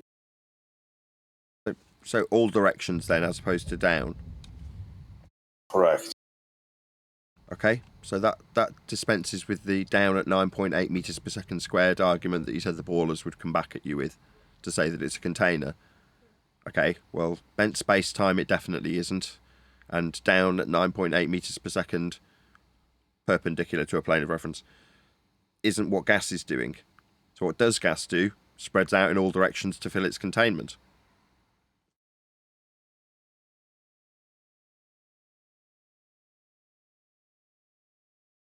Yeah, the diffusion of gas alone ends all claims of,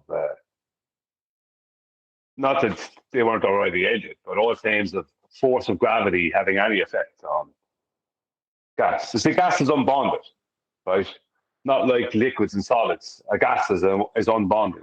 There's no hydrogen bonds between the molecules or whatever. So that makes them tiny independent entities. So they don't behave, gases don't behave like a liquid, and they certainly don't behave like a solid. And entities.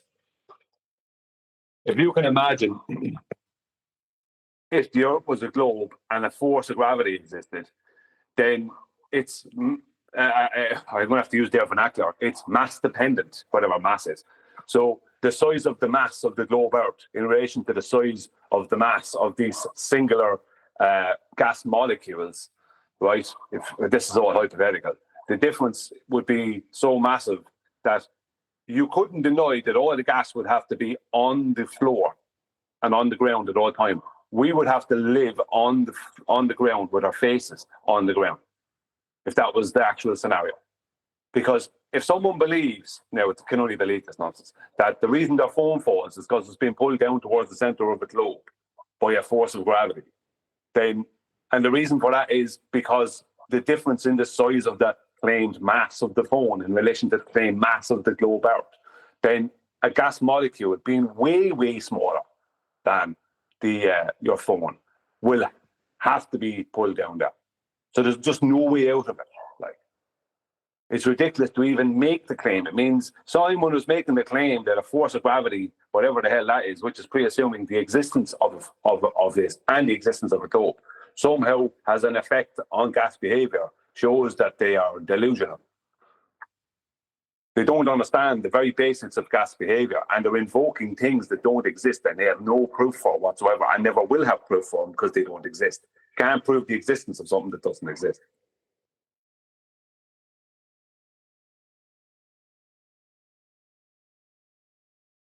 And if you're really, really, really desperate, I wouldn't go to a gas pressure gradient.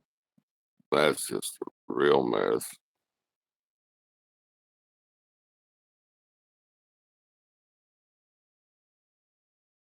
That means he wants you to go there. That be because a gas pressure gradient is already prior gas pressure. It's interesting how no one else in the world has figured this out, though. What do you mean by that? No one offered you what? Second law of thermodynamics, right? No one else really talks about it as far as.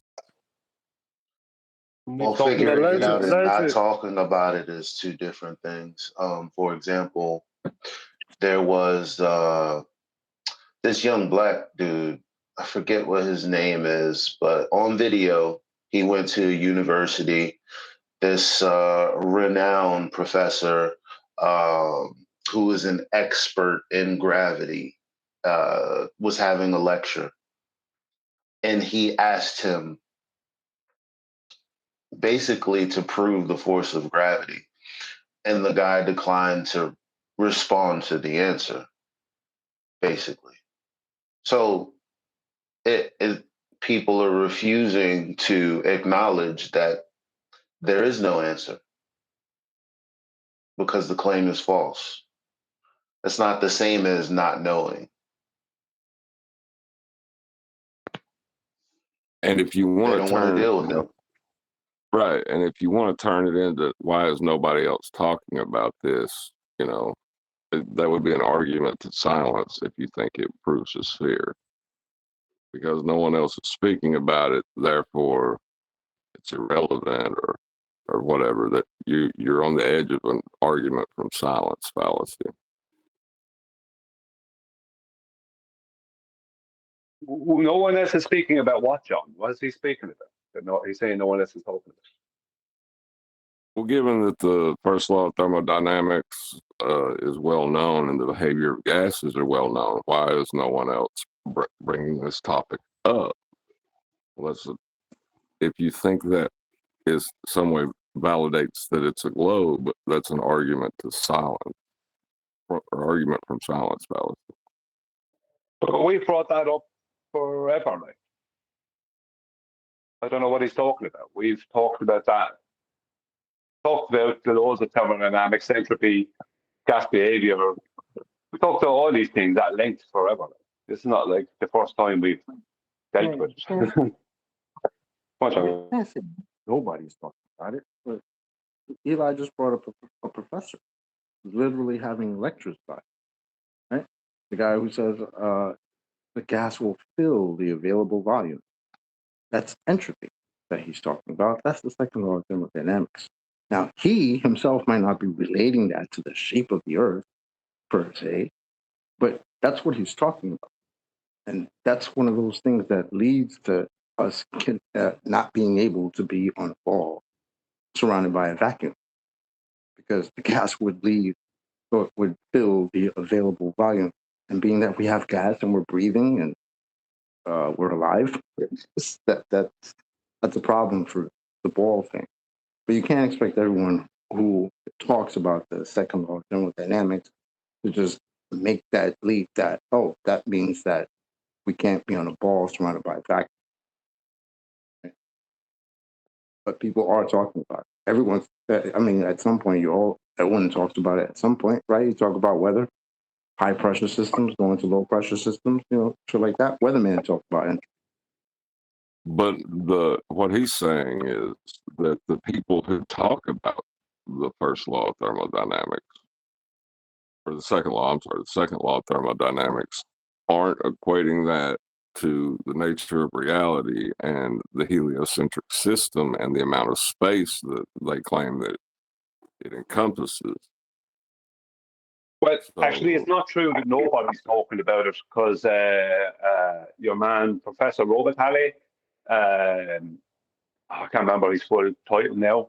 He's a professor, I think he's originally a spectroscopist. But he has another degree in something else. He has a degree in physics or something.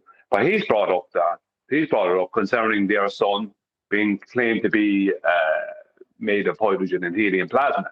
Basically, he's saying, but it's in a vacuum, it's going to expand. That's not going to happen. So he's making the point that the plasma is still, you can't, even though they try to claim that there's a toroidal field being created by the heat of the plasma, which is nonsense, because the plasma, I won't really go into why it's nonsense or why it's debunked, but he even brought up that how can this sun be in a vacuum if it's made of plasma? Do you know what I mean? And gases, they can't do that. That's what his point is.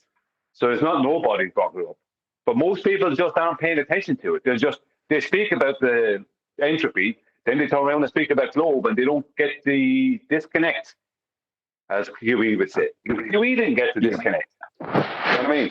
Yeah, it's not like, real information isn't popular. You're caught up in what I think is equivalent to reality TV. Like that's all we're looking for. We're looking for the validation of the people on TV. Like, let's keep it real. Because when you read these people's works, Einstein, for example, it doesn't come across as information that helps you validate what you've learned when you were a child. When you read Newton's work, it doesn't help you validate what you were told as a child. So when we talk about, like, are people really talking about it? People are talking about it in university all the time, it being cosmology, because nobody really effing knows. But what people believe right now is the popular cosmology of, us being in the vacuum as a sphere flying through space and all of this other stuff. It's just popular. But people are talking about it all over the place, just not on TV. Well, it's funny you bring up Einstein, because he addressed this thing, because when he replaced all of the claimed force of gravity nonsense that was around prior to him, right, which he did in 1915 with the general relativity, but because his equivalence principle replaces all that claimed 9.81 meters per second drop nonsense. Like, he was, technically he shouldn't have been most famous for that. He should have been more famous for his work on other things. One of those things was his work on Brownian motion and Brownian motion within gases. Right? He knew there is no way that any force exists, pulling everything to the surface of Earth. Brownian motion alone, that alone proves that this claimed force completely contradicts the existence of a claimed force. So anyone claiming there's a force, right? Not only are they 110 years out of date within their own paradigm, right? See 1915, Albert Einstein, general relativity, special in general. Sorry, special is a bit before, but let's add them in. But The point being is that not only are they out of date in their own paradigm, but they have no understanding of the claim they just made. Like the lad they're saying, borders will say gravity is the container. Of course they will, because they don't understand what they're talking about, and they don't want to understand it. If someone refuses to understand the problems with what they're claiming, because they don't want to understand the full implications of what they're claiming, or go into the details of it, how are you supposed to do anything about that? You know, we're in a world where, and I said this yesterday to someone, we're in a world where people keep on trying to put out fires with petrol. You know, it's blazing up worse. Quick, get more petrol, put out this fire. They keep doing it. Logically, that's what people are doing. You bloody racist. You just called an Irishman Mick like that. Terrible. What? What are you talking about? Yeah. What was his name? The bloke that was throwing petrol on? There wasn't. I didn't call anyone any names. There was no name used at all. You didn't give him a name? No. Missaid the word Mick then. What did you say? Pick? No. I didn't say, I don't know what they are. Now you're hearing racism in your own head. I'm so paranoid now. I'm so paranoid that at any moment somebody would jump on an innocent phrase of mine, turn it round into their own personal insult, and attack me. That I'm trying to just defend it. I thought you called him racism. I actually thought that the bloke who was trying to put the fire out with petrol, you called Mick, is what I heard. I was just going to die. That's Mick Jagger from the Rolling Stones. Sorry, Brian. No, but that's what we're in. That's what we're at in the world. People are trying to put out fire with petrol. Then they're wondering why the fire is not going out. And you try to tell them it's because you're using petrol. You try to tell them you need water. They don't want to hear it. They want to have an argument with you. That's where we're at. How do you deal with that?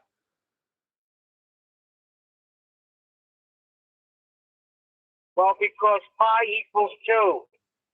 It's all about pi. He's not here, Neil.